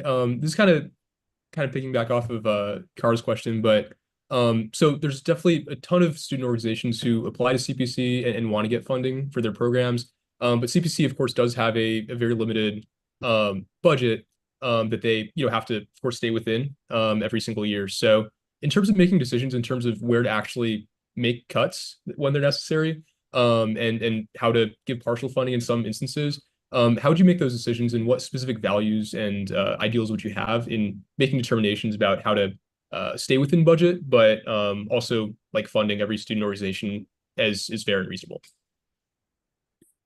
I think that every organization involved with submitting budget requests and allocation funds deserves a platform to be heard.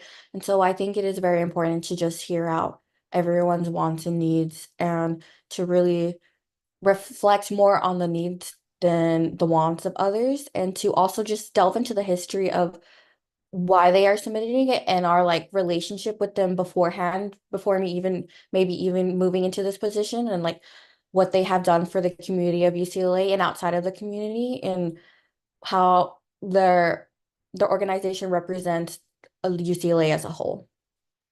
So specifically in terms of, for example, like attendance, how would you factor that in?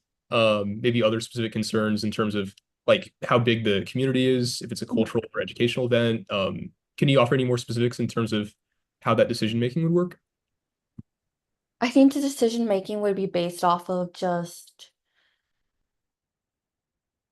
I wouldn't say the number of participants in each community, so because I think that everyone holds their own weight no matter the size. I think it's just I guess just reflecting on the members and how many have stayed and how new or maybe old and prized this organization is. Thanks. Any other questions for Beto? Seeing as there are none, we are going to move on to the 1-minute closing statement. Beto, whenever you're ready. Thank you for taking the time to, oh, I'm sorry. Thank you for taking the time to consider my application. I am deeply committed to the idea of fostering inclusivity and growth within our campus community. Serving as a CPC representative would allow me to combine my experience in student government with my passion for policy and community building. Beyond what I've showed, I am particularly interested in ensuring that the funds that we manage are allocated in ways that truly reflect and support the diversity of our student body. I am excited about the opportunity to contribute to the vibrant cultural and educational landscape at UCLA and to play a role in shaping the programs that not only impact our campus, but also extend into the broader community. I look forward to potentially working with you all to make our college an even better place for everyone. Thank you, Beto. Could we get ARC's recommendations, please? Yes, Bella presented a strong passion for serving her community in her interview with ARC, receiving a 2-to-1-to-0 vote. ARC was impressed with Bella's emphasis on supporting student organizations, as well as making the committee's resources more known to organizations that support non-traditional students. ARC is excited to see what Bella will accomplish if appointed to the committee tonight. Thanks, Josh. We're now going to move on to council deliberations. If anyone has any comments or concerns about the appointment, Chris Ramsey. Yeah, I want to thank Belle for being here today, and I appreciate her coming out.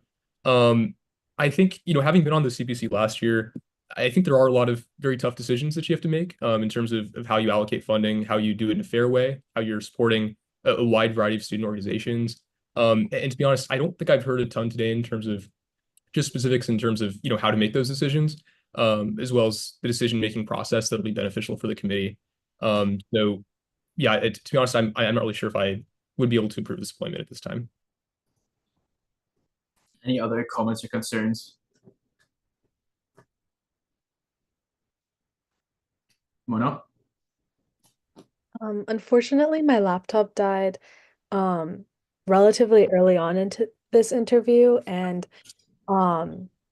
so while I did hear some of the parts of this interview and was present at the ARC interview, I don't feel particularly confident voting one way or the other at this point because I do think that these interviews do provide a supplement to those ARC interviews. So without that, without being here for that, I wouldn't feel very comfortable voting. So that's my comment. Anyone else?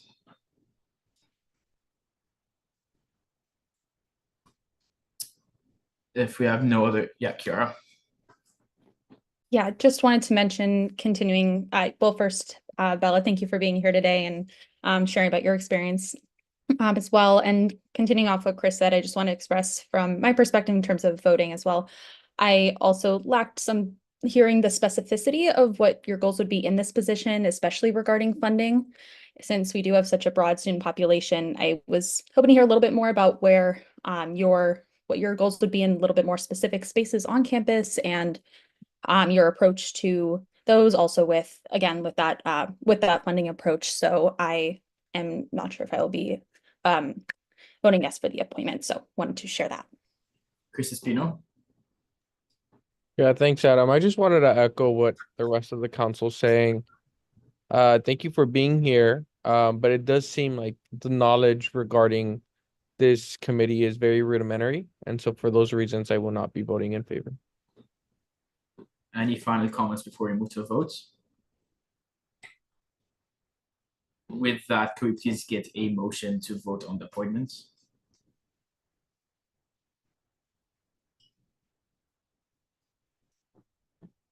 Motion, please. Yes, Kiara. I motion to vote on the campus programs committee appointment for the 24 to 25 year. I second. Kiara motions, have your seconds. All in favor, please raise your hands now. Could we get a re-motion? And when you're calling for a motion for a appointment, please motion to approve the appointment. Kiara. My bad. Okay. I motion to approve the appointment for the campus programs committee for the 24 to 25 year. And can we get the name in the appointment as well? In the motion.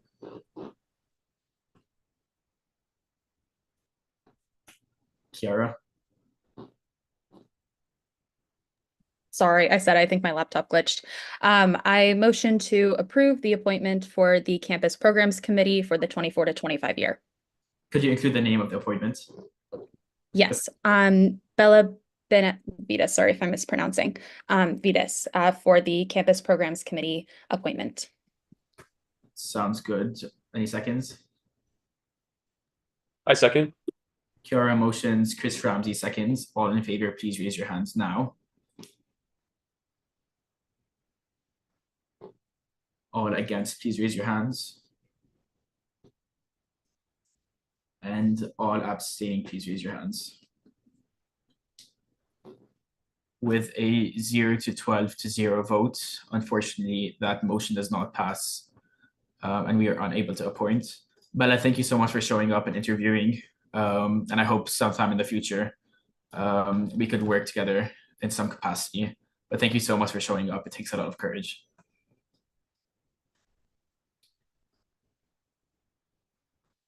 We're now going to move on to our next and final appointment of the day with the Academic Senate Committee on Faculty Welfare. We have Dante Ray.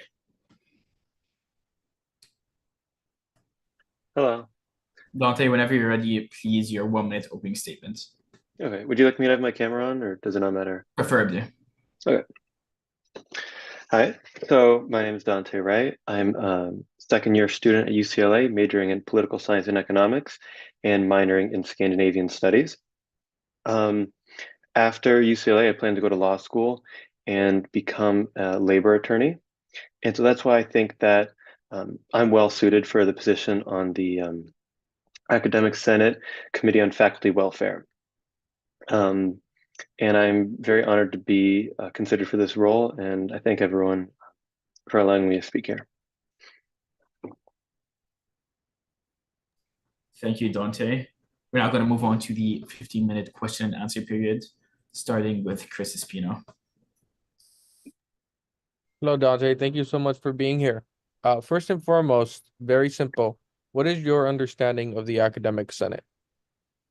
So my understanding of the Academic Senate is it's a governing body that makes determinations on everything academics related at UCLA, from academic programs that are going to be taught all the way to welfare of the professors, which is what the Senate on Faculty Welfare deals with, not just monetary compensation, but also benefits, housing, and things like that for professors.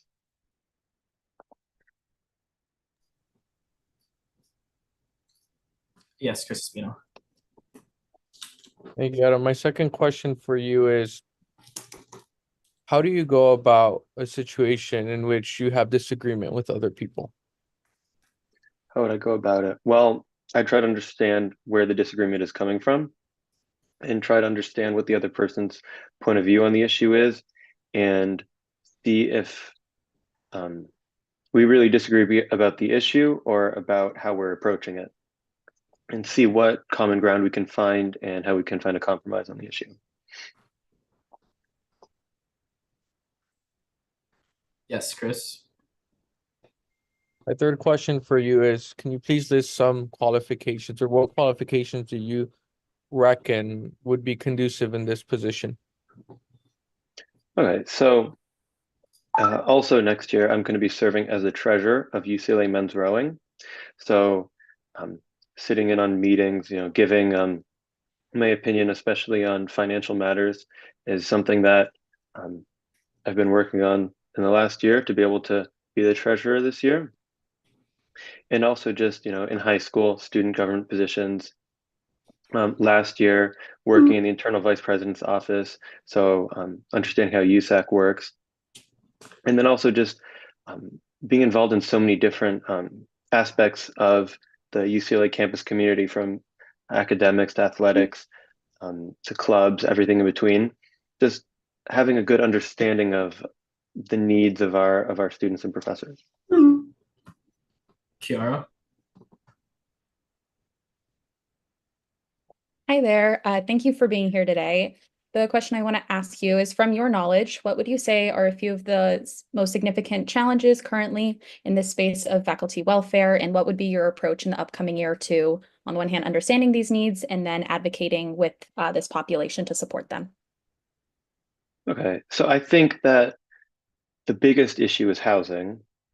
On a professor salary, especially for lecturers who aren't on the tenure track, being able to afford a place to stay in Westwood is very expensive, let alone all the other basic needs of living in California, and then transportation as well. I guess if they're not able to afford to live in Westwood, if they live further away, then transportation gets expensive as well. So just trying to understand what professors have done so far to deal with this cost of living crisis, and show support for professors, so that the students stand behind the professors, and would like to see change on this issue. Any final questions? Yes, Espino. Chris Espino, sorry. Yeah. Can you please talk about a previous position outside from your rowing capacity that will be your first this year, that in which you learned something that you think can be applied to this role? Okay. Well, I did mention that I had worked in the internal vice president's office. Um, in that capacity, I helped organize a town hall on funding for community service organizations. And that experience helped me learn how to work with people in a university student government position, how to organize events, how to um, speak in meetings and things like that. And I think that'll definitely be helpful for the academic senate. Alicia?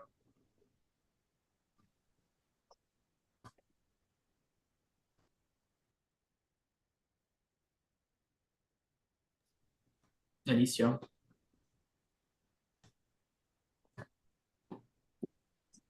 Hello. Yeah. Can you hear me now? Yeah, we can now.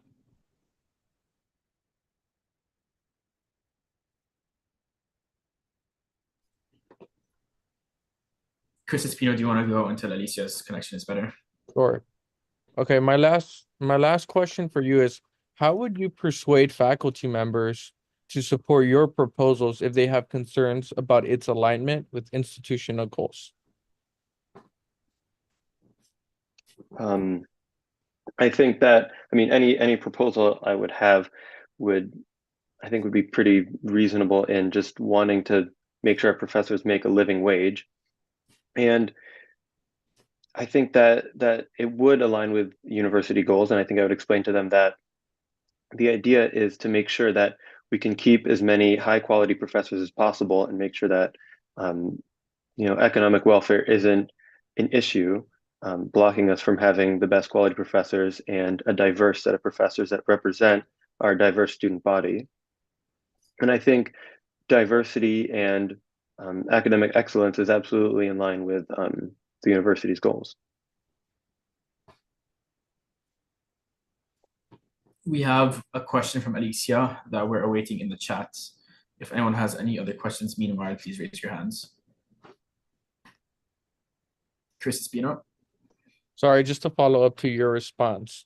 So reasonable. Let's suppose that I came before the Faculty Welfare Committee as a faculty member, and I said that it's imperative that we increase salary by 10 to 15%. Would you support something like this? And what would you think would be the cons of something like this? I think 10 to 15% is absolutely reasonable, just considering how much housing costs and how much education costs have gone up. I think that's perfectly on track with both of those cost increases. The negatives would be, it will obviously cost a lot of money, but I think it's absolutely worth it for UCLA to remain a competitive institution, especially academically. Oh. Okay, I'm going to read off Alicia's question. How would you ensure that the academic senate is well educated on student and TA needs in regards to university repression and lack of support in many regards, i.e. last year when there was a vote of no confidence put up against Chancellor Block? How would you ensure that they are well supported in making these decisions to the best of your capacity and making sure they don't fear their employment being at risk? The full question's in chat if you want to reread it. Okay, yeah, I see. I mean, as I understand it, the students on the academic senate committees don't have really just have the power to voice the opinion of students. Correct me if I'm wrong on that, but I think just showing student support for our professors and for our TAs, ensuring that we stand behind them in their when they exercise their right to free speech and to protest, and just showing that the students are behind them and that the students will protest if we see that our rights are being infringed and that free speech is being infringed. Thank you, Dante. Are there any final questions for Dante before we move on to the closing statement? Seeing as there are none, Dante, whenever you're ready, please proceed with your 1 minute closing statement. Okay, of course. Well, once again, I'm honored to be able to speak in front of you guys, and I'm really honored to be considered for this position. During my last year, like my first year at UCLA, I really enjoyed my time here, and enjoyed being a part of, the broader campus community and many smaller communities within the campus. And that got me thinking that I wanted to find a way to give back and to serve my campus community. And I think that the Academic Senate Committee on Faculty Welfare is a great way to do this, being able to give back to my professors and to my fellow students through service to the university. And I'd be really honored to have this position. Thank you, guys. Thank you, Dante. Could we get our recommendations? Yeah, I can do our recommendation. Sorry about that. Dante provided a strong interview with ARC. ARC noted his interest for labor and engagement with professors regarding their employment status and benefits, including job security and their salaries. Dante showed his interest in informing himself on the issues being faced by faculty at UCLA, and ARC noted his passion in advocating for an increase in faculty pay wages, setting a solidified schedule and strengthening student and faculty relationships. With a 2-0-1 vote, ARC recommends Dante for the appointments of Academic Senate Committee on Faculty Welfare. Thank you, Diego. We're now going to move on to council deliberations. If any council members have any comments, concerns, please share those now. Josh. Hi, Dante. Thank you so much for coming out. I did vote yes in the ARC interview, but I just wanted to share that I will probably be voting no for this appointment. Just because I didn't really see any specific motivations or passions for wanting to join the committee during your council interview today. But regardless, thank you so much for taking the time to interview with ARC again, and also thank you for being here today.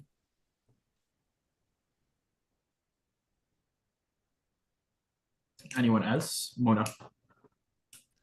Hi. Before I go into my comment on this one, I just really quickly wanted to ask, if my vote for the last appointment was able to be recorded as abstain, just because I had a couple of Zoom issues as we were about to go into voting. It was not because you weren't present. We're not allowed to record your vote, but it's fine. Okay. You don't have No effect worries. on the vote anyways. Okay, and then so my comment for this one, both at the ARC interview and today, I abstained because I know Dante both in a personal capacity through our connections through the student organization Model United Nations, as well as a professional capacity as he was my finance director for my campaign team. In both organizations that I knew Dante in, he was great to collaborate with, very communicative, and willing to do the work that came with the position, especially as it related to my campaigns team. And I know based on what I remember from the ARC interview, I really liked the responses I heard that day. And either way, whether Dante is appointed to this position or not, hope to see the passion that he discussed regarding labor and unions in that interview to be continued on throughout like the rest of his time here at UCLA. Thank you, Mona. Chris Espino. Hello, Dante. Again, thank you so much for being here today. I do have to kind of echo what Josh said, the EVP said. I didn't really see that kind of raw passion, but I did think that you answered all my questions very well, and so I'm gonna assume that you're just very exhausted today, and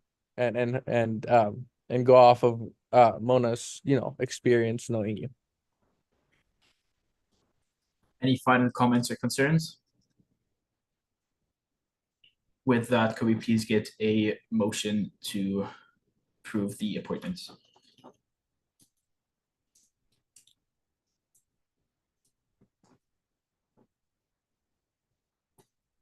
Tamim. I motion to appoint Dante Ray to the Committee on Faculty Welfare for the academic year 2024-2025. Any seconds? I second. Tamim motions, Carolyn seconds. All in favor, please raise your hands now.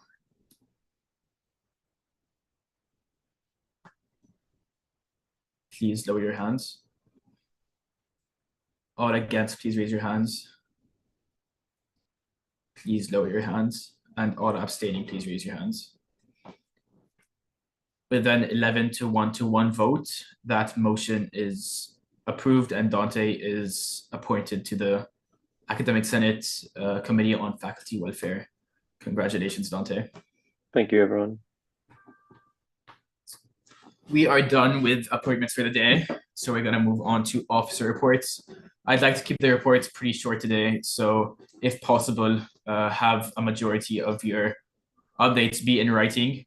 I'm just gonna go off some of mine. I met with the two potential sponsors that I talked about in my presentation. Javier and I met with Interim Chancellor Hunt and some other administrators. And we got Interim Chancellor Hunt to commit to monthly meetings with us now, which is a huge boost from the quarterly meetings that we had before. I met with Jonathan and we discussed my ideas on brand deals and potential sponsorships. I met with the Muslim Student Association exec team and we talked about some of their concerns. I went to Oakland for the UCOP Student Leadership Summit. And I met with my directors. I started researching into a potential UCLA restorative justice program, which I hopefully will be collaborating with Javier and Kiara on. Attended the Campus Safety Alliance meeting, had a talk with President Drake about campus climate and new policy changes. Had our bi-weekly meeting with Rick Brazil. Set up a meeting with Ash Center about their upcoming year. I met with Charlie from Good Morning UCLA and we're launching a collaboration together. And I've been working on my Chancellor's Welcome speech and some other details for Chancellor's Welcome. Next, we have Josh. Sounds good. ARC had 9 interviews this cycle. I've also been doing some outreach for appointments. I've been reaching out to the elections board directors from last year, as well as the budget review director to begin recruitment for their positions. I'll be also outreaching to the SIOC committee to begin recruiting for the council appointments to that committee. I had a meeting with all the council members involved on CSA to approve our guidelines for the upcoming school year. And I will be working with my vice chair to begin plans for our first town hall meeting, which will be towards the beginning to middle of fall quarter. I also met with Kiara and one of AAC's directors to discuss plans to introduce a grocery store gift card program to better support undocumented and international students. And then I also met with Diego and HSI to discuss ways that USAC can collaborate and support HSI initiatives in the future. And also my office will be tabling at the Latinx Welcome event. We're going to be recruiting for our internship program at that event. And then in terms of office work, my pre-professional support committee is planning a professional photo shoot event for early fall. So I'll be working on hiring a photographer for that. And then my transparency team is continuing to post updates from the USAC meetings. And I also met with Mona and my student relations directors to begin planning a new student organization workshop for transfer students towards the beginning of fall quarter. And then in terms of action items, I will be meeting with my student relations directors tomorrow to discuss preliminary plans to bring back the USAC Congressional Advisory Board. I'll also be meeting with Sol to discuss plans for the TSR and IVP workshop on new student organizations. And I'll also be meeting with CPO with Kiara to follow up on our grocery store gift card idea. Thanks, Josh. Javier. Yeah, hi everyone. So my report's gonna be pretty short today. So in regards to opportunities, again, wanna open up the opportunity for folks to nominate folks to be a potential campaign's vice chair for the UC Students Association. More information on the 2024 to 2025 UC campaigns will be linked on my officer report after this meeting. For some reason, the hyperlink didn't work. But if you are interested, the nominations close September 7th. So please reach out to me via email or text, whatever way you have me. And I'll go ahead and nominate you if I see fit. Now moving on to my actual report, meeting with our Black Student Affairs team within the EPP office to set an agenda for the coming year. Also an introductory meeting to UC structure and pillars of Black student advocacy, specifically focusing on certain partners that we have, such as the African Black Coalition, the African Student Union, and the California Reparations Task Force, as well as beginning our statewide work with the UCSA Black Student Success Officer. We are currently developing an office-wide code of conduct to better support our students throughout the year, especially during the wide range of events that we're going to have off campus as well. I participated in the August Region's Health Committee meeting alongside our Federal Relations Director and was able to give public comments surrounding the need to fund culturally conscious mental health options for students at the UC, as well as better allocation of funding for the UC health budget. I attended the UC Office of the President's Leadership Summit with Adam, following up with Jeannie Kim, Director of Student Mental Health and Wellbeing, regarding resources for undocumented and international student specialists for our resource centers, as well as establishing new connections with presidents and graduate student representatives to further develop potential system-wide advocacy efforts for this coming year. Currently working with the leaders from the Disabled Student Union towards a community safety resolution in response to UC President Drake's letters to the campuses in regards to response to encampments and student protests for the fall, as well as currently planning to reach out to ASME 3299, the labor union, to begin collaborations for further UC labor advocacy efforts with UCSA. We also reached out alongside General Representative One to the California Immigrant Policy Institute to discuss potential collaborations for the fall, as well as stronger fights for opportunity for all here on our campus. Now, in regards to the rest of my office, community relations is focusing on advancing the Sepulveda Transit Corridor for all coalition initiatives, trying to get ASUCLA to sign on. So it's planning civic engagement material for October, November, as well as mutual aid drives, and currently are researching for campus volunteers. If y'all know any information, please send them my way. For state, we're beginning our bill analysis and lobby trainings, as well as preliminary research to create a voter guide. For our federal relations team, we're establishing focus areas for the year, as well as a potential Ted Lieu representative event in the fall. For Lobby Corps, we are currently crafting our outreach materials to send out to the mother organizations, student orgs, and community colleges, as well as beginning planning for our enormous activities first stand and legislative agenda for the year. UC Relations is beginning their summer research regarding the UCSA campaigns that I presented on last time. And Student Relations is focusing on researching local nonprofits and student organizations to collaborate within the realm of our three prongs: basic needs, labor, and health. Civic Engagement is planning an outreach event with other local colleges for voter engagement, as well as meeting with Philip Goodrich, a representative from Student Affairs, to discuss further campus-wide initiatives and mobilizing for the UC Vivo campaign. Fellowship is focusing on drafting fall 2024 fellowship schedule and beginning the development of our curriculum, so that by week 0, we're able to sufficiently recruit for our fellowship, and discussing outreach and the application process for that as well. And that is it for my updates for today. Thanks, Javi. Next, we have Jacob. Hello, everyone. I supported Josh and Mona with ARC interviews. I onboarded one of my basic needs and one of my resources directors and connected them with the HSI team. She'll be serving on the 2024 Latinx Welcoming Planning Committee. And outreach, my office is supporting with outreaching to Latino student organizations, inviting professional development and basic need orgs. I was invited by Senior Director of Diversity Programs and Initiatives, Denise Pacheco, to speak at Latinx Welcoming, which will take place on October 8th, 2024. I onboarded my financial director, so I'm currently preparing for our quarterly expenses. I onboarded my co-directors for student relations and had our one-on-ones preliminary meetings for plans to prepare for the fall. I met with the Brew and Dine Executive Board to discuss expanding food recovery sites, financial support, and the new UCLA Environmental Health and Safety Administration. I met with IVP and the HSI student liaisons, Daniela Cortez and Kimberly Barueta, for a preliminary meeting to provide a presentation to council, which all of you heard today. I attended the Hispanic Serving Institution Conference and spoke with stakeholders, including departmental heads, AAP, Financial Aid Office, and the Admissions Office. And then once again, thank you, Javier, for reaching out to the California Immigrant Policy Center. And I'm currently scheduling with TSR for fall workshops to help transfer students apply to McNair and Millimays, which will be their sort of like series to introduction to research for transfers. That is all. Thank you. Tommy isn't here today, so next we have Chris Ramsey. Hey everyone, brief updates for me today. So I continued interviews for the GR3 office positions and appointed some leadership positions, including my co-chiefs of staff, and also been speaking with my team about future plans and our development.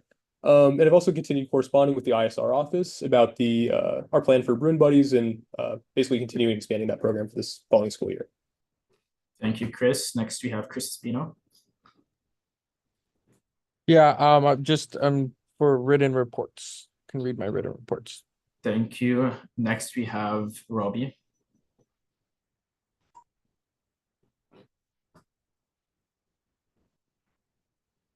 Robbie. Okay, we'll move on to Carradine then. Hi, everyone. So, as for my updates, I'll keep them short, but the past couple of weeks, we're continuing to search for sites for Volunteer Day. I was able to meet with Mona, which was very exciting to discuss some potential outreach and engagement ideas for transfers to join us in Volunteer Day 2024. And if you know of any community service sites within LA that may want to host students, please send them my way ASAP. Feel free to text me or email me. We're also looking for site leaders for alternative breaks. So if you are wanting to lead a service trip or know of anyone, please apply. I'll send the link. It's also my officer report. Other than that, just working on revising guidelines for our funding bodies so they can be approved at council and we can continue to have that open right when fall starts, as well as planning virtual fall training and finalizing our calendar for our office. Thank you, Kaylin. We're now going to circle back to Robbie. Hi, everyone. Sorry, my internet dropped out. Just continuing to work with CAC on EAF, RecFest, and Bruin Bash. Thank you, Robbie. Alicia's report will be written today. Next, we have Alex. Hi, I'll refer to my written reports for today. Thank you. Next, we have Nico. Hello, everyone. I finished my interviews for all my staff and directors, and then I hired all my staff and directors. And then also I am in contact with the Bruin Card office about starting up the discounted replacement Bruin cards to bring them down from $25 to $15 per replacement. But that's all for me. Thank you. Thank you, Nico. Next, we have Kiara. Hi, everyone. I'll try to just hit the main updates from my update sheet. So I attended the Healthy Campus Initiative meeting last week with the Executive Director of California Mental Health Services Oversight and Accountability Commission. So they were discussing the Healthy Campus Initiative at UCLA's goals for the year in the mental health space. And then I met with the implementation group for fentanyl prevention and Narcan distribution, collaborating with HEART, the health education resource team with ASH last week as well, to discuss the growth of available fentanyl strips on campus, as well as Narcan. And one program that I want to highlight that they're working on, and we're hopefully support them, which is exciting in the fall, is to distribute 10,000 wellness-focused tote bags containing Narcan and fentanyl strips, just as a start, though, and hopefully expand the available amount of these resources permanently on campus. Met with Josh, as he mentioned, and one of AAC's directors to discuss a grocery card gift card program. We met with Res Life last week, which was exciting to discuss some potential collaborations on the Hill and implementing permanent dental hygiene products and such. And then attended the Campus Safety Alliance meeting led by IVP to finalize those guidelines. And then I met with our Bruin Necessities Committee Basic Needs Director to discuss that gift card program for the upcoming year and ways to expand that access for students. And then within the commission, we are planning distribution, continuing the work from the past year. We are planning distribution of our UC Ship pamphlet across campus to make sure that is in as many places as we can. And then just planning our upcoming meeting with the whole commission. And yes, we met with our diverse SWC team, which is now on our executive board, to set up programming for the year, how we want to coordinating with mother organizations to uplift their efforts and foster organizations, connecting with our committees to grow the identity-based approach to health across our commission. And then also we held a meeting with our platforms team to coordinate Health Coming, which will be around the beginning of fall quarter. And then we are hoping to expand the amount of basic needs organizations there to share with students. So if anyone has any in mind that they think would be beneficial, please reach out. Thanks, Kiara. Next, we have Mona. People can refer to my written report for what the TSR has done these past couple of weeks. Thank you. Tamim.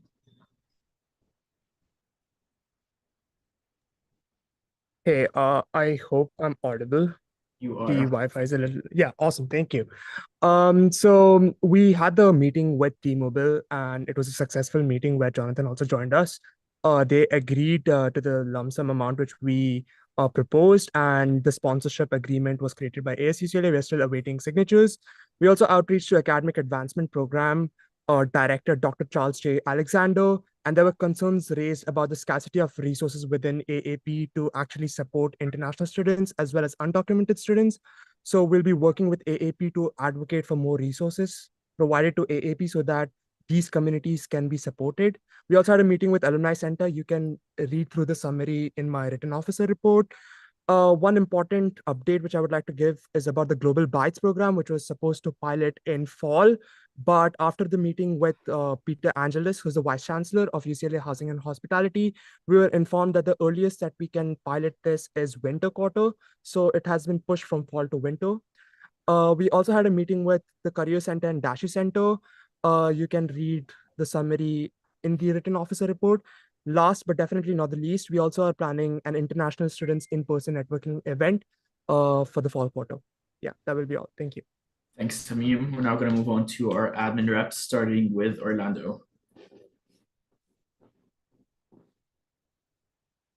Hello, everyone. I hope you're all doing well tonight. It's summer. It's a little slow, so I unfortunately do not have any updates, or fortunately for us. Thanks, Orlando. Next, you have Jessica. Do you want me to go last since I have budget update to That share works. with you? That works. Okay, cool. Lori. Hey, just one update. Recreation opens for space reservations for fall tomorrow, sometime between 9 and 10. If your office doesn't have a signatory that has an account, I have now put the instructions in the chat.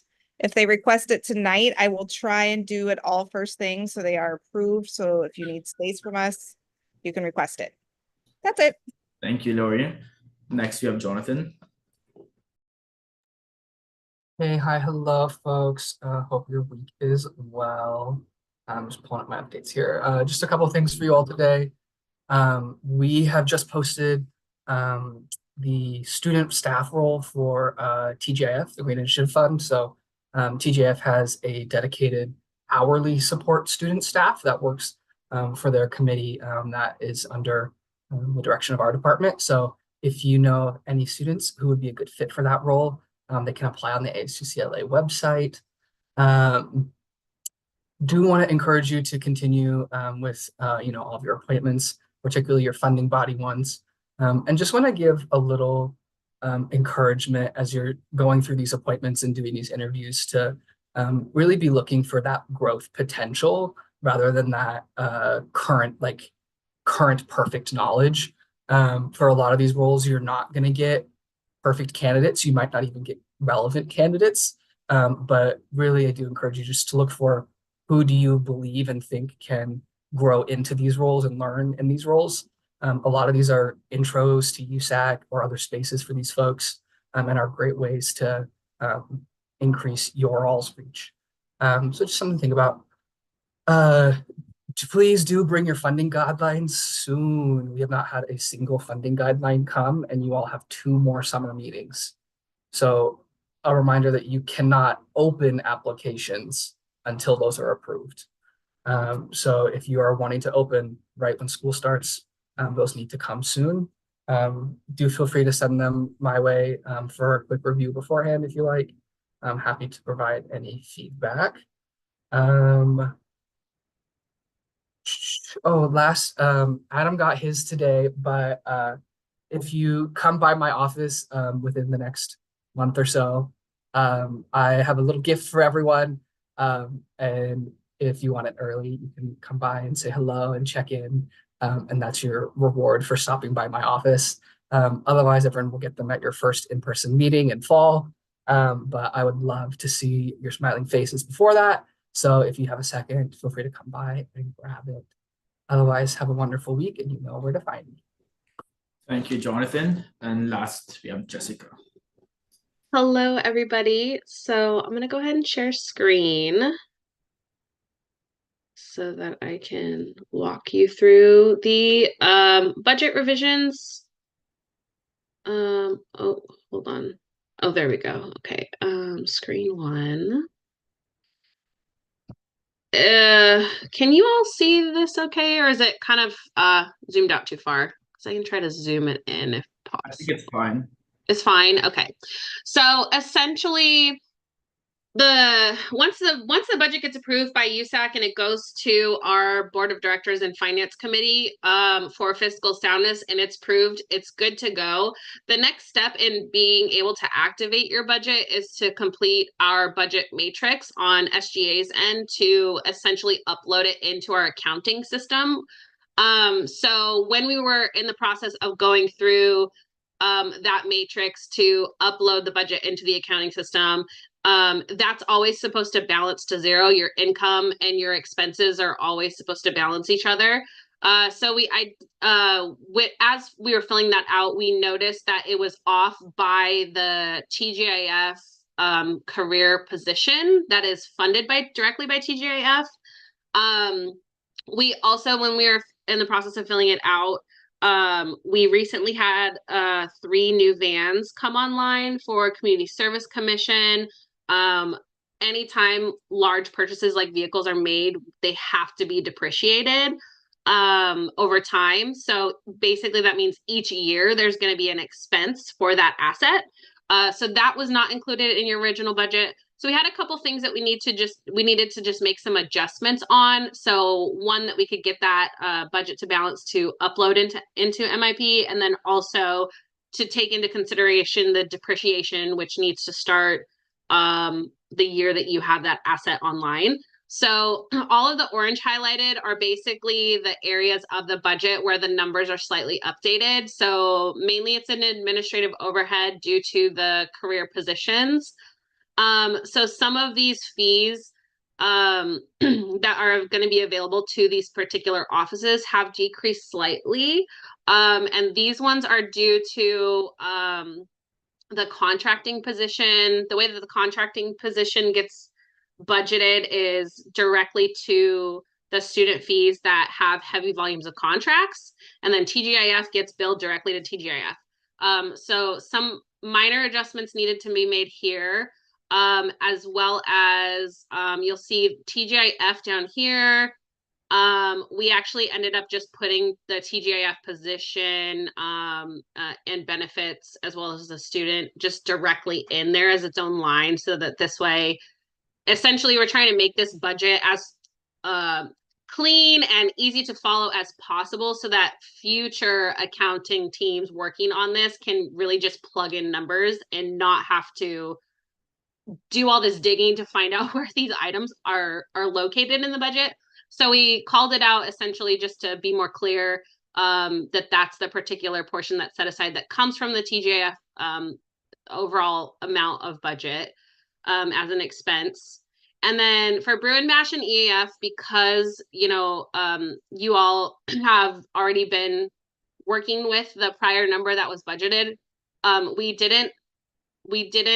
were basically refilled that pot, so there's no adjustment here, since that event is quickly approaching, and the impact that had is basically on the bottom line, which I'll get to. I'll explain when I get there. These other hashtag UCLA Wellness Initiative. So there were some adjustments to this particular referendum fee, again, because of the way that contracts is billed. So we noticed that we didn't subtract out the portion of the hashtag wellness fee that pays for that position. So those adjustments are made here, and then you'll see the community service vehicle depreciation. So that's the total amount that gets depreciated for the year. So that's added in there. But that particular line item impacts the Community Service Commission's budget for their transportation. So the minor adjustment from leaving Brew and Bash and EAF as is impacted the bottom line, but as we were doing these revisions, your total net budgetable funds actually went up a little bit. So you got an extra $500 dropped down to the bottom. It would have been about $800, but like I said, we left Brew and Bash as is, since that particular event is already underway and in the process of planning to fully utilize that budget. The other thing that I also wanted to mention, so as we were putting together the matrix, that's the part that essentially makes it active for SGA to have a live budget in our accounting software. However, there's also another step of additional spreadsheets that get filled out and go to our student run enterprises finance division for basically all of our wages. So like our career wages, our student wages, our office supplies, those all get billed outside of student government accounting. So there's certain costs like, you know, paying the subscription for MIP or paying the subscription for Cognito Forms, which is where you get your online requisition from, paying for different office supplies, stamps to mail out checks, training on MIP and attending that conference for professional staff and students. All of these different line items, paying for the audit, those weren't really explicitly called out in your budget in under the administrative and support services or overhead portion. So we did go ahead and add that in there. So basically that impacts here the administrative overhead. And on the summary, you'll see we have like supplies, MIP, Cognito Forms. Those are all the subscription services that we have to pay.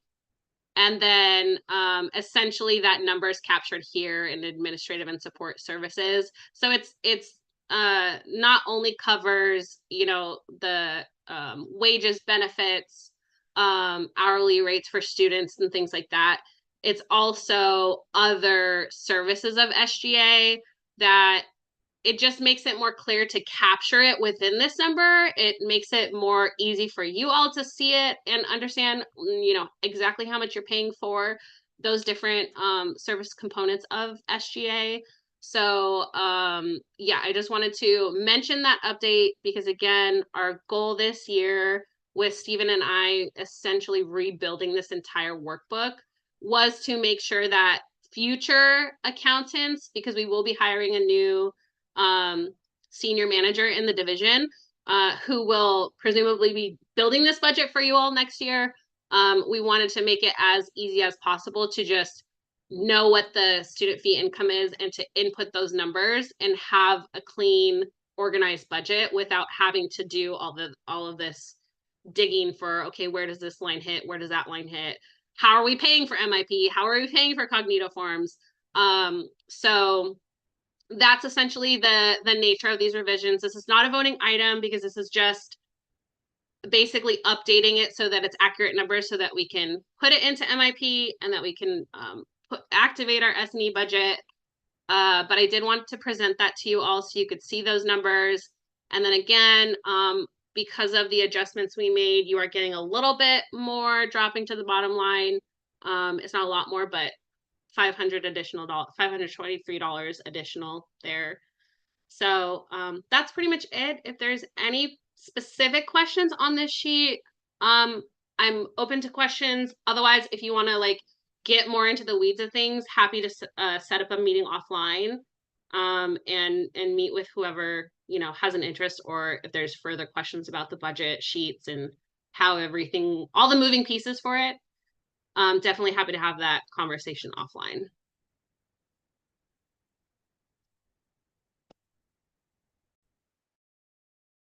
Jessica, can the updated budget be shared with us? You want like the file? Yes. Yes. After we finalize these revisions, I will email you. I'll email you all the Excel file, but I do want to just double check it to make sure that all of the formulas are active and correct, because I know we had an issue last time with some folks opening it in Google Drive. So let me work on that tomorrow and I'll send it out to you all with the revised numbers. And also I wanted to ask about why how the technical process is for us approving this, because I know we have to approve the budget, but then why aren't we approving this changes as well? Yeah, so you approve your base budget at the initial like beginning of the year, but once it's already approved and it's already gone to the board and finance for approval, like that budget is what we're working with. And these revisions are not, these are just basically clarifying things. These are not major changes to your budget where we're like changing, you know, where something is getting allocated to or how it's getting allocated. It's just basically more so for clarity. So that's why this is not a voting item, because there's not really the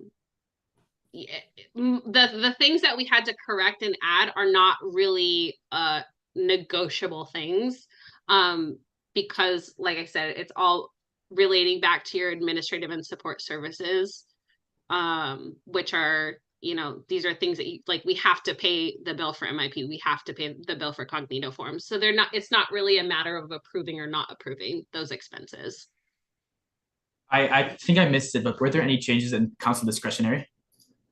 No, there shouldn't have been. We didn't, none of this would impact your council discretionary, because that's an amount that you input in the prior iteration of approving the budget. Yeah, so I'm showing, let's see, council discretionary.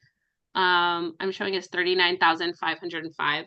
So I think you all added more to it. Normally it's 10,000. The only line item that where we had some changes was just to the administrative and support services line, which is like all of the supplies, the wages, things like that. And when can we expect to have our individual office budgets? Yeah, so I hope to start setting up those meetings with you all within the next couple weeks to and if your office has multiple funding sources, we'll also make sure to send you your spreadsheet that has, you know, the breakdown from all the different fee income sources. But yeah, I hope within the next 2 weeks. This week SG8 is closed. We're doing some final closing procedures. We're working on accruals. We're working on we have a big all staff training tomorrow. So so yeah, we're basically catching up on all our administrative things to start the new year, and then we'll set up those meetings for budgets. Nico? Hi, so for the depreciation of the trucks, did you say that's coming out of which budget? Depreciation is impacting the Community Service Commission budget because the vans are a Community Service Commission asset. So it impacts their budget. And essentially, every year after, for probably like the next, I think 5 years is usually how long we depreciate. That depreciation expense will show up in the next 5 years of budget. But yeah, it all comes from that particular fee for that commission, because it's a transportation service provided by the commission. Okay. And then my next question might be opening a can of worms with like accounting technicalities. So if it is, it's like you don't have to answer, of course. But since it's not like actual cash going out the door for depreciation, where is that cash, I guess, going when we account for a depreciation expense? Yeah, so that is a little bit more in the weeds of accounting than I have that current information for. So I can get you an answer and follow up by email, but essentially there's a special depreciation account that gets hit. So yes, it's not like cash leaving, but we have to basically take into account you know, the decrease in value over time of having that asset. So like wear and tear on the vehicle, like the cost for that vehicle goes down over time. So it hits a special depreciation account. But I am more than happy to have Steven draft a more detailed explanation that he can send you from an accounting professional who can explain that whole aspect a little bit more. Okay, Clearly, thank yeah. you. You're I can welcome. also ask my accounting teacher next quarter. I was just wondering where that money went, but I think Sure. it's a lot to explain. So thank you Yeah. though. Yeah, no problem. I don't think there's any other questions. So we are going to move on with old business. Yeah, we have Tamim's bylaw change. Tamim, I'm not sure if you have any updates or want to talk about anything, but if not, I think we should just move to vote on it. Yeah, I have no updates. Can we get a motion then?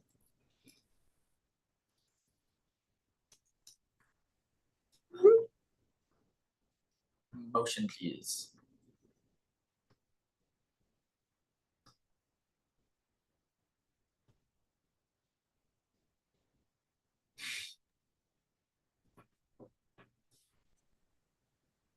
Can we please get a motion? Yeah, Josh.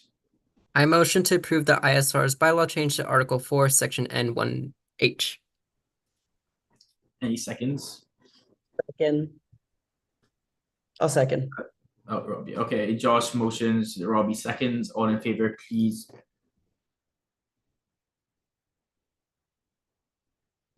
I think we have to re-motion. Josh, can you re-motion? I think we have to motion to approve the bylaw change. Oh, yes. I motion to approve the ISR's bylaw change to Article 4, Section N1H. Any seconds? And I'll second. I'll Josh second again. motions, Robbie seconds. All in favor, please raise your hands now. Please lower your hands. All against, please raise your hands. And all abstaining, please raise your hands. With a 12 to 0 to 1 vote, that motion passes and the bylaw change is approved. I also don't have any updates on my other two bylaw changes, and we went through them last meeting. So if someone could just motion to approve those separately, that would be great. Josh? I motion to approve the USAC President's bylaw change to Article 2, Section C5E. Thank you. Any seconds? I second. Josh motions, Tanu seconds. All in favor, please raise your hands now.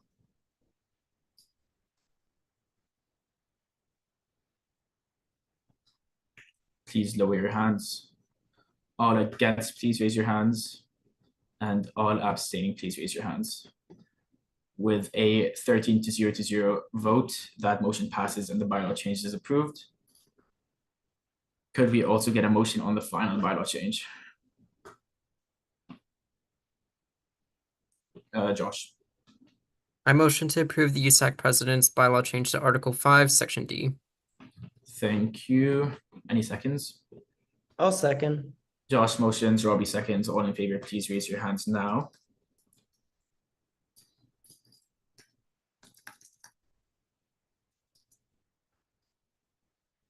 Please lower your hands. All against, please raise your hands. And all abstaining, please raise your hands. With a 13 to 0 vote, that motion passes and the bylaw change is approved. Do we have to motion to move into executive session now? Could someone please motion to move into executive session? Robbie? I motion to move into executive session. Second. Robbie motions, Javi seconds. All in favor, please raise your hands now. Please lower your hands. All against, please raise your hands. And all abstaining, please raise your hands.